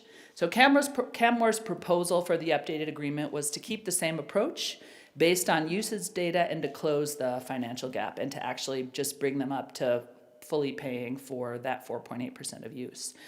So we were hoping to have the MD contribute cost recovery based on actual usage data. In April, we sent the MD our updated proposal with a couple of options of what that could look like and requested a meeting to discuss. In September, administration from the MD notified the town that they had two preferred options. One was a per capita amount based on the MD full Bull Corridor population, or an increased rate that the town of Canmore would charge our MD residents who use the facilities. And they also wanted to delay the decision until after the 2025 election. The previous council on the MD did not want to be the one to make the decision. They wanted their new council to do that. We then said it's going to be too late to negotiate anything at this late hour, and instead suggested that we move forward with an extension for a year and that the negotiations move forward into 2026. So we acknowledge that the MD's geography and ward system is complicated. It's a very different situation for both their council and for their residents than we have in Canmore. Not all MD residents live in the Bow Valley, and so they're unlikely to use recreation services in Canmore. We understand that. The MD has an undesirable lack of desire to pay for services amenities that are not used or potentially used by all their residents. That said, the nature of a recreational infrastructure is that all residents' taxes support them, whether or not they use them. That's kind of a fundamental thing in how recreation and community works. There's an implied understanding that recreational infrastructure betters the communities, whether or not it's used, by every resident. And also, any one council cannot decide unilaterally how to proceed with an agreement, to your question on the last item, Councillor Ma. So the MD proposed those two things and said that their council wanted to wait, and we kind of said, but your council can't decide.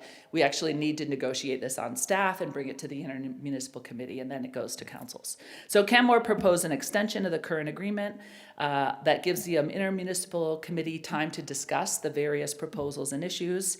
And instead, what we propose to do is to factor in the same increase for the next year that the MD has been paying all the last years to get them up to the 2020 amount. So it still won't get them to the actual usage, but it does at least represent an increase consistent with what the increases have been in the past, and will help slightly to prevent the amount that we believe is owed from slipping further behind. So in terms of financial agreements, it's outlined both in your report and on the slide. In 2020, the MD's contribution was $47,000, but it should have been, if it was based on usage, the amount that they paid in 2025, which is $110,271. So that means that in 2020, Canmore residents subsidized MD residents' use of our facilities by over $63,000. Again, that 7% increase was phased in over multiple years to not have the MD have a big hit. And so for 2026, the town will bill based on that 7%, the town will bill the MD almost $118,000.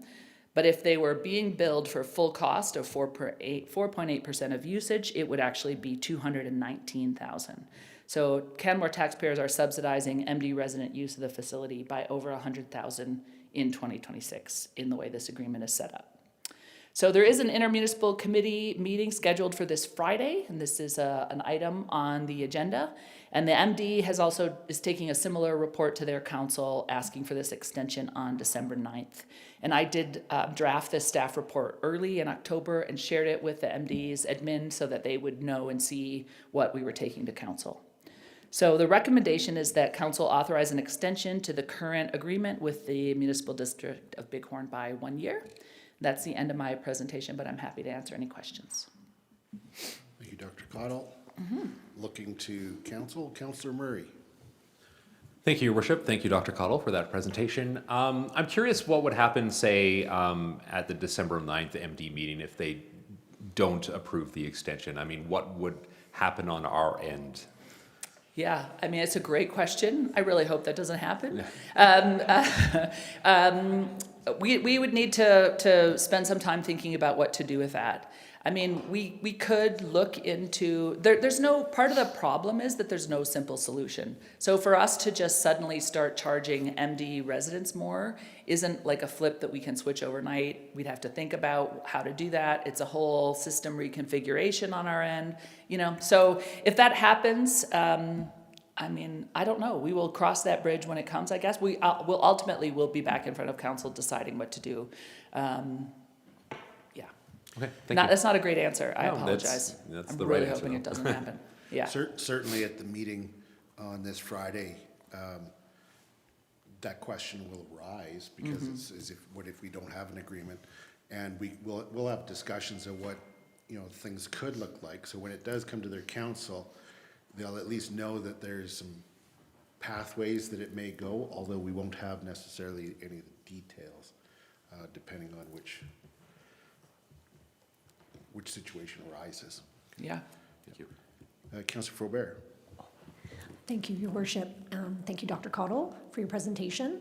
I'm curious, how do other jurisdictions in Alberta handle agreements around recreation and payment for services when you have a regional urban center surrounded by rural areas with residents who then access those urban services? Yeah, and it largely depends on the nature of the communities and the nature of the services. So certainly paying by percentage is quite common. There are other communities where what you'll see is one community has one amenity and the other community has a different amenity. And so sometimes there's like amenity swapping or, you know, tracking of usage, but depending. So, or sometimes there's just a flat rate that is negotiated based on a number of characteristics. Those are probably the three most common that I'm aware of. And have recreation services always been a part of the intermunicipal agreements that we have?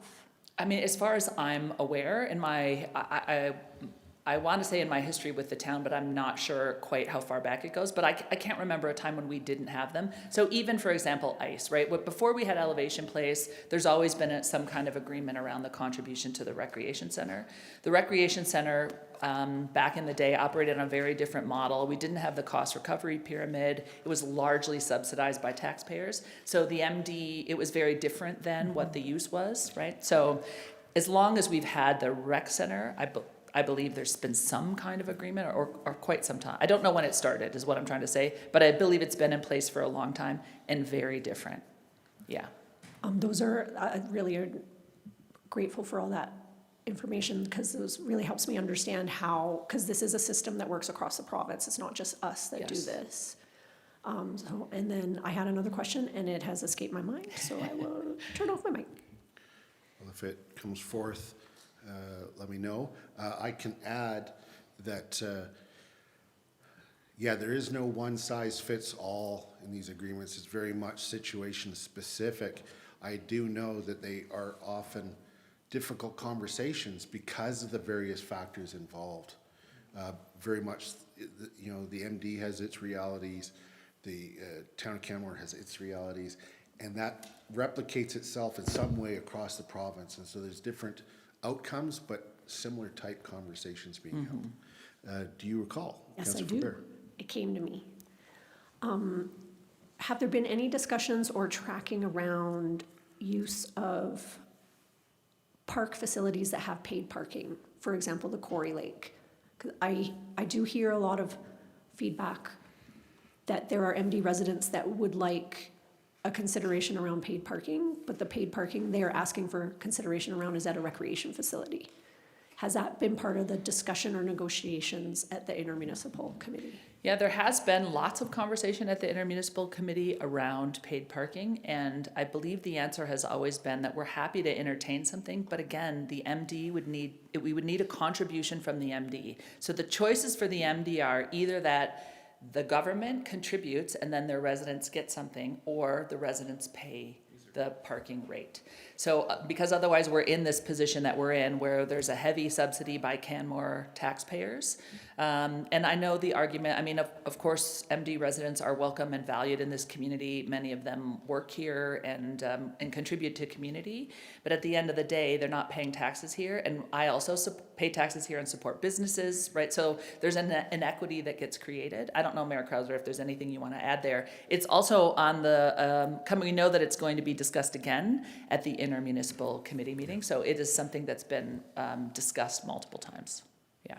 And I would add, it is an ongoing discussion, and it's not just about dollars, though. The purpose of our paid parking is very much tied to mode shift. And so if it means that somebody pays less, but they're still bringing their vehicle, we're missing an element.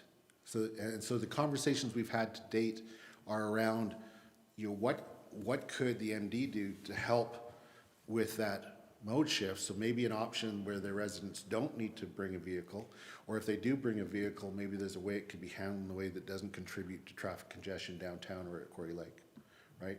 So there's that element as well. Yeah, thanks for that. Councillor Graham. Thank you, Your Worship. Thank you, Dr. Cuddle. So by extending this 1 year, we're subsidizing another $100,000, which we've been subsidizing for years now. Is there any way to move that timeline forward?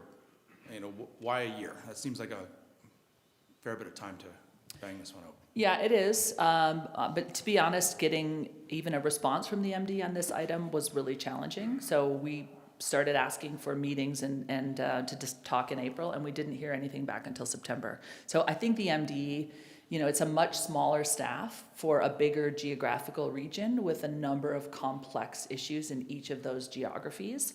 And my sense is that they're under-resourced. So, you know, there's no one akin to Mr. Mackay at the MD. Like they just aren't particularly resourced to do these kinds of negotiations. So I believe it will take us a year just to be able to get together and have the discussions that we need to have. It will probably be multiple meetings to come to some kind of agreement, and then it'll have to go back to the intermunicipal committee. So, and plus we both groups budget based on annually, right? So the number in this report was provided to the MD in time for them to put it in their budget to go in front of their council for approval for 2026. So a year seemed to be reasonable. Is there any consideration for charging back for 2026 in 2027, I guess? I mean, those are all things that will need to be part of the negotiation table. That would be ideal, but really for me, the hope going forward is that we can figure out a way to get them up to, we can create an agreement that accounts for the actual use that's a bit more fair and equitable rather than, that would be the main priority. You know, I think it's going to be a difficult conversation to get back payment at this date for an agreement that we both signed off on. Okay, thank you very much. Yeah. Thank you. Any other questions? Okay, thank you very much. So I will move that council authorize an extension to the current recreation services agreement with the municipal district of Bighorn by 1 year. In speaking in favor of this motion, it does need to be negotiated and have the discussion at the intermunicipal committee so that we can, you know, hopefully come to a place where we're making a joint recommendation to our respective councils. Certainly, each party has interests, and we are approaching this in a way that, you know, we try to make sure that as much as possible, all of the interests around the table are heard and satisfied, and that takes a little bit of discussion and work to do. There is a historical catch-up that is required.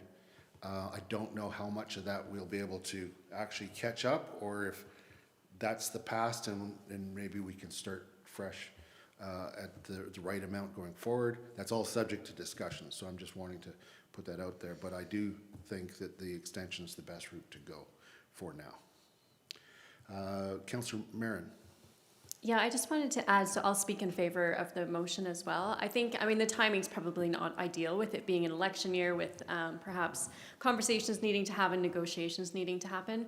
But as a new council member and somebody who's been newly appointed to the Intermunicipal Committee, I'm hoping that this will move forward with discussions. We've got new people on both councils and potentially on the committee as well. So again, although it might not be absolutely ideal to extend the current contract when there's a subsidy happening, I think it is just the reality of an election year and of the conversations that still need to happen with the new councils. So I appreciate it's a little bit more complex than with the timing of things. So thank you. Thank you. Councillor Murray. Thank you, Your Worship. I will be voting in favor of this, but I would be reluctant to vote in favor of this if it comes back again in December of 2026. I am hopeful that the efforts to hash out a new negotiation will be fruitful within the next year here. Thanks. Thank you. Agreed. Any other comments with respect to this motion? Seeing none, I'll call the question. All those in favor? Carried unanimously. Okay, we'll move on to item H2, which is Downtown Canmore BIA appointment of board members. Mr. Mackay, whenever you're ready, the microphone is. Thank you.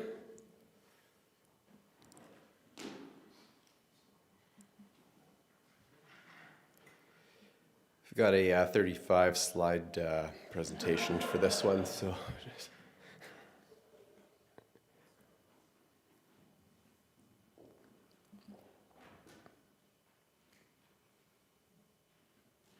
okay.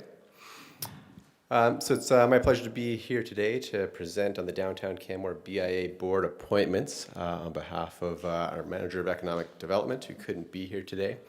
Also joined by the BIA's Executive Director. So any question in the gallery here, who's available for questions if there are any. So a quick process review for this board. The BIA Establishment Bylaw indicates that the BIA will go through a nomination process and submit its nomination, its members, board members to be nominated to council for appointment. And so that's what happened at a recent meeting. And then those members serve a 2-year term starting January 1st of the upcoming year.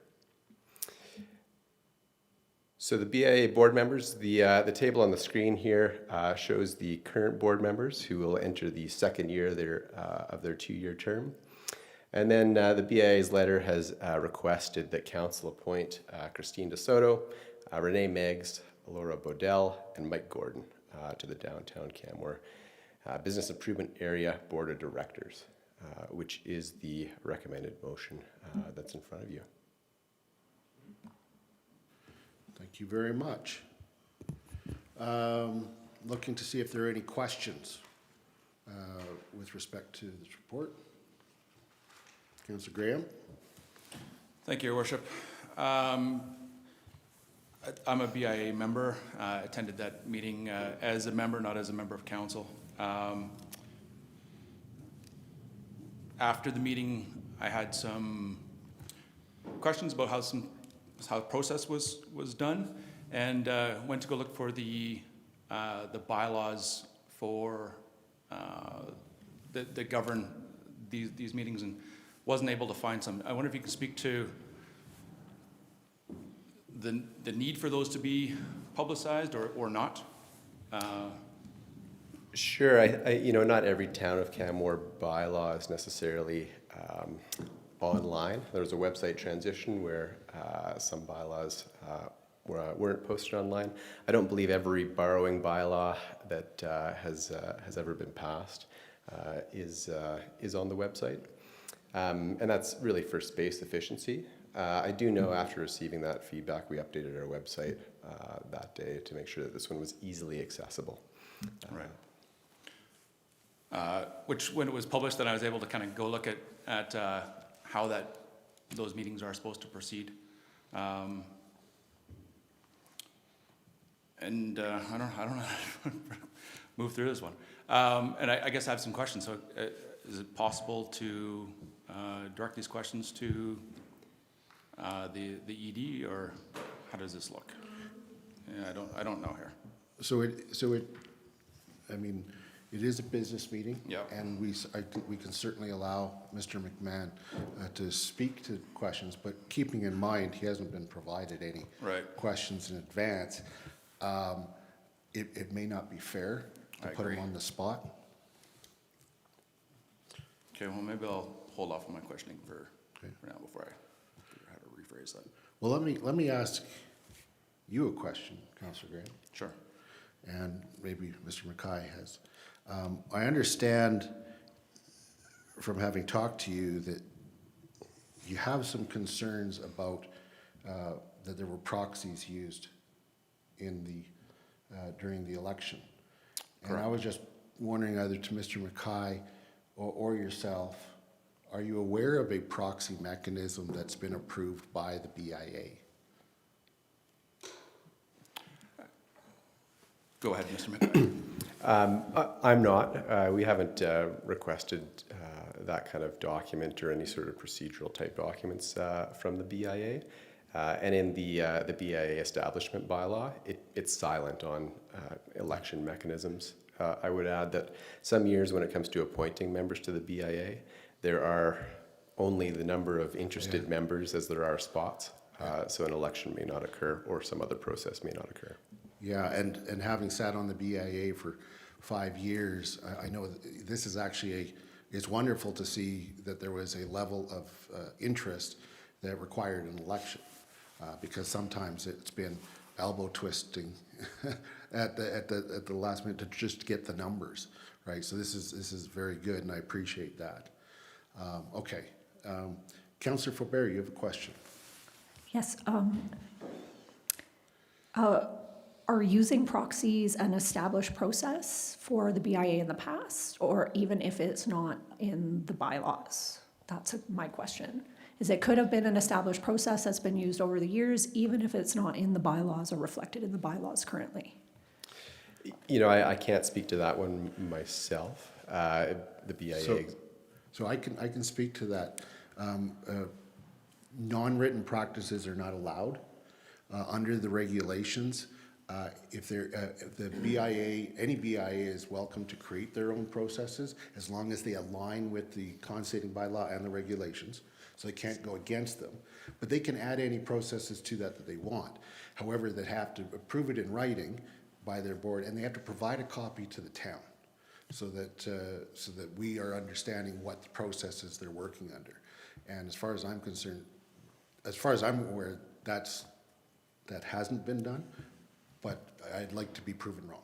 No, and that's why I asked, because I don't believe it was. And then I was going to ask, there was a change in the last several years to the registry of members in the BIA. And in the past, there's been some debate, I believe, over who should be listed as a BIA member, the property owner, or the business owner, or both. How has that changed over time, and what is the current practice? Sure, I believe the current practice is that it's whoever's on title for the lot or the space where the business is operating that receives the notice, essentially the levy as well. Okay. Did you have a question? Councillor Ma? Yeah, thank you, Your Worship. And Mr. McKay, I think Councillor Faubert kind of started leading towards this sort of piece. Anecdotally, I heard there were some inconsistencies, or maybe not like full clarity over if someone owns the business and they also own the space. Do they get one vote? Do they get two votes? And then there are situations where maybe there's two people that own the business. Do they each get two votes? And there's two people, and if they're both owners on title, and all of a sudden you have one site that is now multiplying its vote capacity. And so I heard that was a concern. Is there anything about this within bylaws? Sure, if you're speaking about voting, I would say that really is in the BIA's realm. Really, the bylaws require the BIA to go through some sort of process, likely, to then submit their members for nomination to the board, and then have it approved by council. So I mean, most organizations will use some sort of vote, but I mean, they could also draw from a hat, really. I mean, the bylaws are silent on that regard, so it's really an internal BIA process question, I think, that you're asking. Okay, so I don't see any further questions. So I'm not going to put forward the recommended motion. I'm going to put forward a different motion, and I've provided that to Mr. Stier. If you could put that on the screen, please. It won't be as pretty as that one. Okay, so what this motion is, well, I'll read it first and then I'll explain it. I move that council appoint Christine DeSoto, Renee Meggs, Laura Baudel, and Mike Gordon to the Downtown Canmore Business Improvement Area, the BIA, Board of Directors, effective January 1st, 2026, subject to the BIA providing the following information to the satisfaction of council at the regular meeting of council on February 3rd, 2026, at which time the appointments will either be confirmed or rescinded by council. First bullet point, a written description of the nomination process used in determining these nominations. Secondly, a written confirmation of the number of votes each member had who attended the nomination process. And lastly, an explanation of whether proxy votes were utilized in the nomination process, and if so, the justification for such pursuant to the Business Improvement Area Regulation, Alta Reg 93-2016, and or the BIA bylaw. So, what this motion effectively does is it makes the appointments as requested by the BIA so that they will have a full board complement and able to move forward with their business. It does ask them to provide council with some information that will inform us and hopefully satisfy us as to concerns that were raised or that I've heard about confusion around the voting. And it may illuminate that an update is required to our BIA bylaw. And also about an explanation of whether proxy votes were used, because I'm not aware of that being an approved process. I am aware that in the definition of member, a business or property owner can designate a person to represent them, but that's in defining who the member is. It's not, certainly as I would read it, not some form of proxy. So if somebody received a proxy at this meeting, that means that that business is now represented by that person if you were to continue with that interpretation. And I don't think that that's what a business would have intended if they provided proxy at these meetings. Council, for the most part, doesn't want to get too involved in BIA business. We want to make sure that certain things are done according to the rules. And we get involved around the collection, setting the assessment at the recommendation of the BIA, approving their budget, approving the assessment role.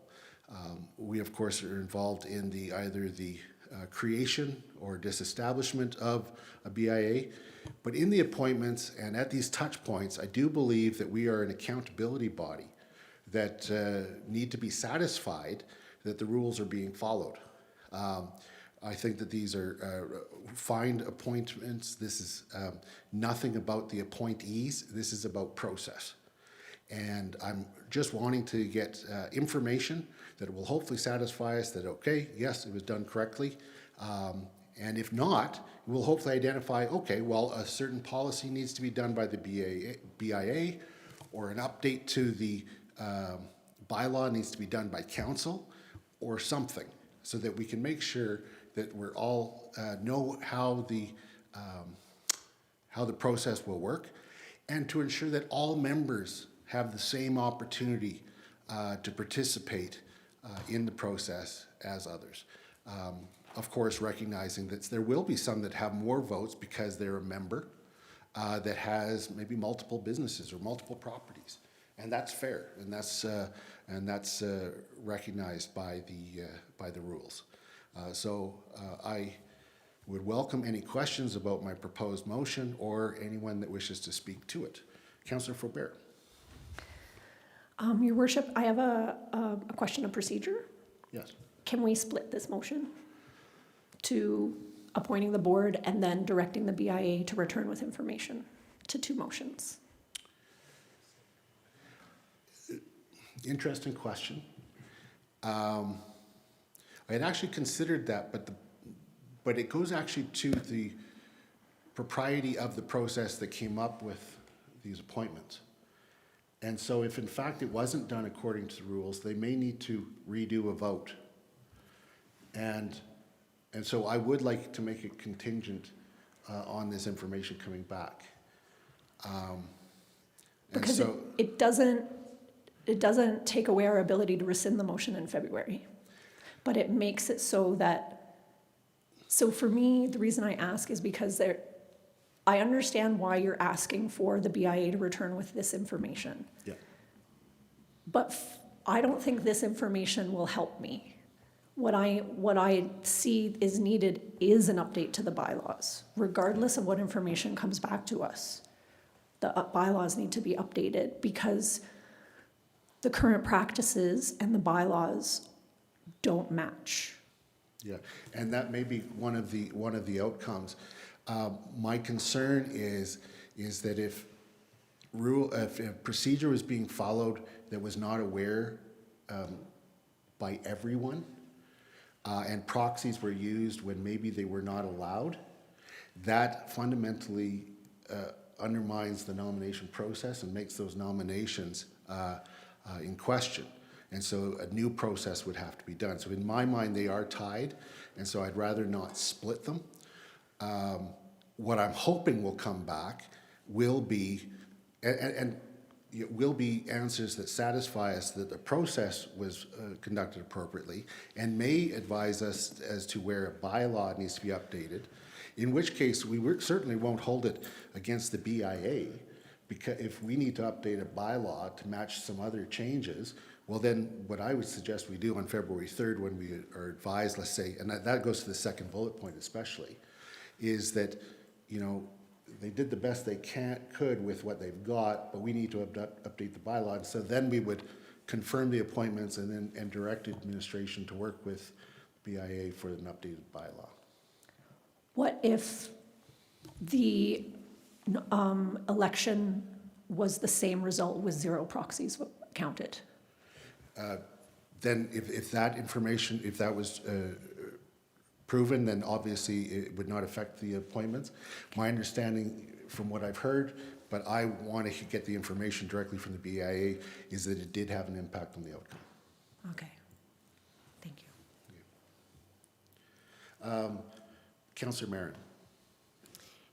This may be an irrelevant question, but it was something that Mr. McKee said so the BIA can put forward their recommendations, and I know they need to follow the bylaws. It sounds like the bylaws are not matching the procedure right now. Knowing that I'm just newly appointed to the BIA, I haven't been to one of the meetings. But just it's saying that they can choose to just draw a name out of the hat, and those could be the people that they put forward. So would it change, would it change the names that they put forward, even if it was not followed procedurally? Yeah, my understanding that there was more nominee or more candidates than positions. It's one more candidate, I think. Yeah, and so if the process, if the process was just simply a vote of who is there based on the number of votes, I think that that's all fine. If the process was, we're going to be pulling it out of a hat, I'm not certain, but at least all the candidates would have the same opportunity. But if there's proxies being involved, and not everybody was aware of proxies being involved, and able to utilize a proxy because it hasn't been the practice, then there's an unfair advantage. Yeah. And that's my concern.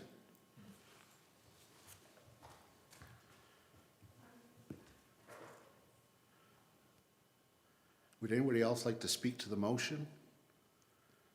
Councillor Ma? Thank you, Worship. I've served on the BIA in the past as well. I can support this motion.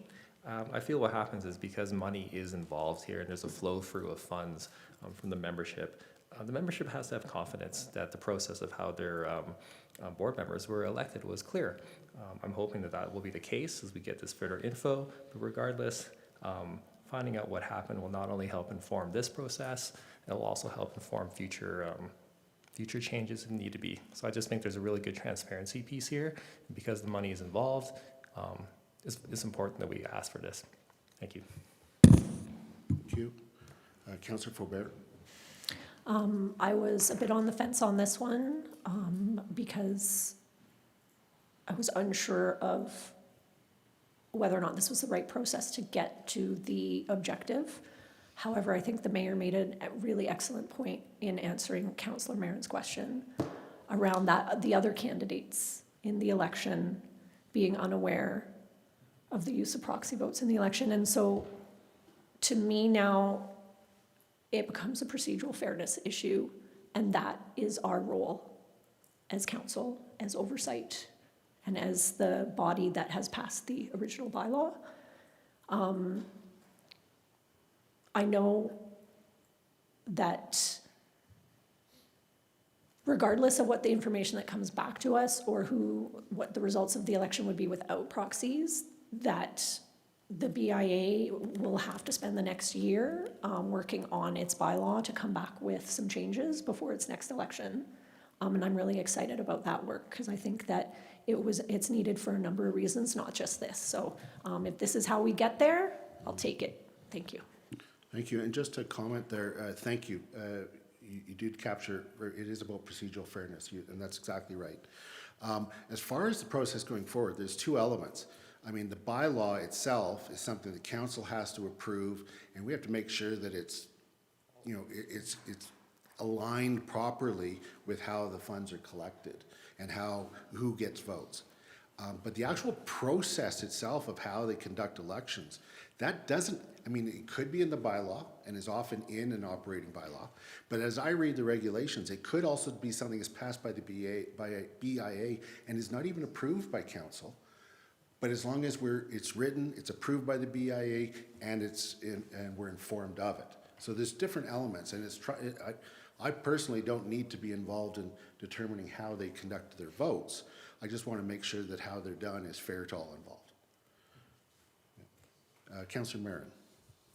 Yeah, I just wanted to say I will support this motion. I appreciate that we are moving forward with appointing these board members, even though it may be in question as to the validity of the vote, so that the BIA can move forward with the business, that they have a new board for January 1st, and that they have an opportunity to present this information. So I think the alternative is to not appoint these board members, so I appreciate that we are moving forward with that, with the request for information, so that the BIA has a full board moving forward. That was you, not me. That wasn't me. Oh my God. Anyway, sorry, my parking needs to be renewed. That's an excellent reminder. I've never heard that before. I actually thought that came from outside. Me too. It's on silent Okay. too. Thank you, Councillor. Would anybody else like to speak to the motion? Councillor Graham? Yeah, thank you all for, I think was an excellent conversation. Transparency is critically important. Procedural fairness is critically important. And I'd love to see those clarified and brought forward to council, and any changes that need to happen. Now's a great time for them to happen. Thank you. I would just say that should this motion pass, I would strongly encourage Mr. McMahon to share with his board the link to the streaming, and the clerk will have this up in a few days, and direct them to the point of the meeting so they can actually hear directly what our concerns are. And ultimately what I'm hearing is that we all want to get to the spot at the end of the day where everybody feels good about a process and knows the process, and we'll all be better for it. So, thank you. Okay, I'm going to call the question then. All those in favor? Carried unanimously. Thank you. Send notifications to Hawk. Okay, so we'll move to our last item of the day, which is H3, Town Response to Interim Electoral Division Report. Okay, this one is mine. I've put this on the agenda. I think, as everyone is aware, periodically the province takes a look at the electoral divisions, and they do so through basically a neutral committee. It's not controlled by the government. Ultimately, it will have to be approved by the legislature, but there's a process that they go through. And this has to happen in any democracy. As populations change and move, you'll sometimes then have ridings with a very low population that has the same amount of vote as a riding with a very high population, just because of the movement of people changes over time.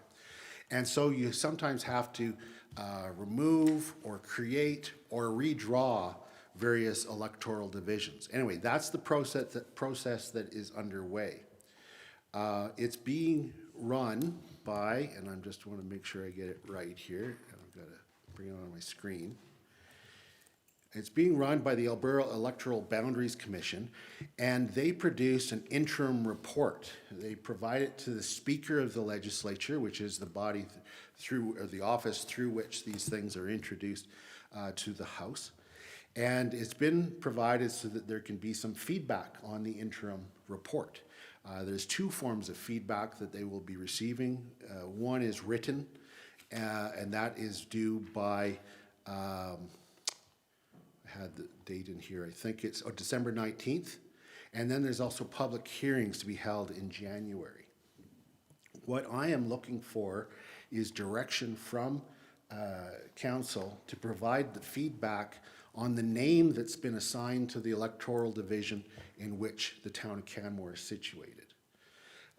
As you'll recall, our current boundaries go from Banff and surrounding area almost all the way to Calgary, and is called Banff-Kananaskis. Under the new proposed riding, there are some lands taken away near Calgary, some added in the foothills and north up to Jasper. So now that's going to include Jasper and some foothills, and it's reconfigured. And what they're trying to do is they're trying to hit a certain range of population within every electoral district. They have a naming protocol within that is stated within their report. First of all, they're trying to change as few names as possible so that there's some continuity. However, there are 18 that have changed. And those that have to change are particularly those that are either created, and that's obviously a creation, not a change, but it's a new name, or if there's been enough of a change within the boundary. And one of those ridings where the name was changed was our riding. And so instead of Banff-Kananaskis, it's being proposed as Banff-Jasper. However, in changing the name, they did not follow their own protocol. Their own protocol indicates that the largest municipality within that division should be part of the name and should be listed first. Canmore is the largest municipality by far within this electoral division.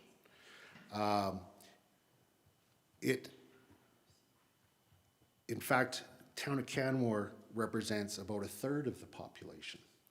The town of Canmore has a greater population than Banff and Jasper added together. Now, this is not anything against Banff or Jasper. In fact, we have very good relationships with Banff and Jasper. But I just believe that the naming protocol should be used, and in recognition that Canmore is the largest municipality within the electoral division, or the proposed electoral division, that we should be part of that name. And so I would like to provide a letter to the commission in that regard, and I'd also like to request appearing at the public hearing to provide that same message. Some of the revised names that could be there, maybe it's Canmore Banff Jasper, maybe it's Canmore Banff, maybe it's Canmore Jasper, maybe it's something else, but Canmore should be in the name. And so that's the essence of my report. Before I formally put the motion on the table, I would love to answer any questions. Councillor Faubert. I don't have questions. Okay. Councillor Murray, do you have a question? Okay, Councillor Murray. Thank you, Mayor Krausert, and I appreciate you going to bat for Canmore and having our name in the new electoral division. I'm curious if this letter will include any comment about the riding itself, which is drastically different from the one we have now and is extremely large and interesting. Yeah, and not that different from, I mean, it's a mini version of the new federal riding, right? Yeah. And and you know, there's costs and benefits. I'm actually not, I wasn't proposing to get political, and I wasn't proposing to question who should be in and who should be out. And it will be what it will be, but you know, Canmore should be recognized as the largest municipality within the jurisdiction. Thank you. Yeah, thanks. Councillor Marion. Yeah, thanks for this, Mayor Krausert. I think I agree with it completely. I'm just wondering, in the letter that you write, are you suggesting one of these three names, or are you keeping it open? Oh, I will suggest. I would think it very closely would align to the report. Okay. I would say, you know, here's some suggestions, but I would leave it to you, but I would ask that you follow your naming protocol. Okay, perfect. I just wasn't sure if you were looking for feedback on what those were, but no, I agree completely. I'm happy that for Canmore should be happy for the commission to simply follow their naming protocol. Okay. Councillor Graham. Thank you, Your Worship. Thanks for bringing this forward. I wondered, have you had any conversations with the municipalities of Banff or Jasper about this, and would we be able to get their support for this? I don't know if we can get their support, but I did have verbal discussion with both Mayors DeMano and Ireland at the recent AB Munis, and I've also sent them a courtesy copy of this report after it was published. I sent them a copy so that they're aware that it was coming forward, and so they're perfectly in the loop. I can reach out to see if there's any support for them. I don't know if they would or not. I don't know either, but thank you. Any other questions before I put a motion on the table? Okay, I'll move that council direct Mayor Krauser to respond in writing and in person to the 2025-2026 Alberta Electoral Boundaries Commission to advocate for Canmore to be included in the proposed name for the new electoral division in which the town of Canmore is situated. I've spoken to the motion, and I'm not going to add anything to it, but Councillor Faubert, you'd like to speak to it. Sorry. I had hit my light before because I was like, I want to support this and talk about it. I'm grateful for the mayor for bringing this forward. I have been tracking the Electoral Commission work for a while, and thus I received the updates on October 28th. We've seen a number of changes to both our federal and provincial ridings in this valley. At one point, the Wild Rose federal riding was the largest federal riding in all of Canada, which is a daunting task for one representative to make it across. And I think this is really appropriate because clearly Canmore is the best and needs to be the first community listed in the title. We are larger. We are the biggest business center. And the Electoral Commission should be following its own naming protocols. And I think pointing that out is going to be really important. And the one thing I just want to point out that I really am grateful about in this motion is not just writing a letter, but going in person. Because actually going to the commission and making this representation to them in person, I think is going to be incredibly powerful. And that is exactly what I want. And so I'm in support. Thank you. Thank you, Councillor. Councillor Ma? Thank you, Your Worship. I feel this is kind of like it's like the Councillor Hillstad effect, like super competent, super capable, but sometimes you just fly under the radar. And so I think it's really great that, we're flagging this. Putting our name in there is really important. We're the largest population center in the riding, and I think for voter turnout, it's important that people in the area feel like they're being represented and a part of it. So wholehearted support. And I support you, Councillor Hillstad. I think that was a big compliment of Councillor Hillstad saying that he's like Canmore. 100%. Yeah. Anyone else wishing to speak to the motion? Okay, I'll call the question. All those in favor? Carried unanimously, and thank you, everyone. I appreciate your support. I will now move that we adjourn. All those in favor?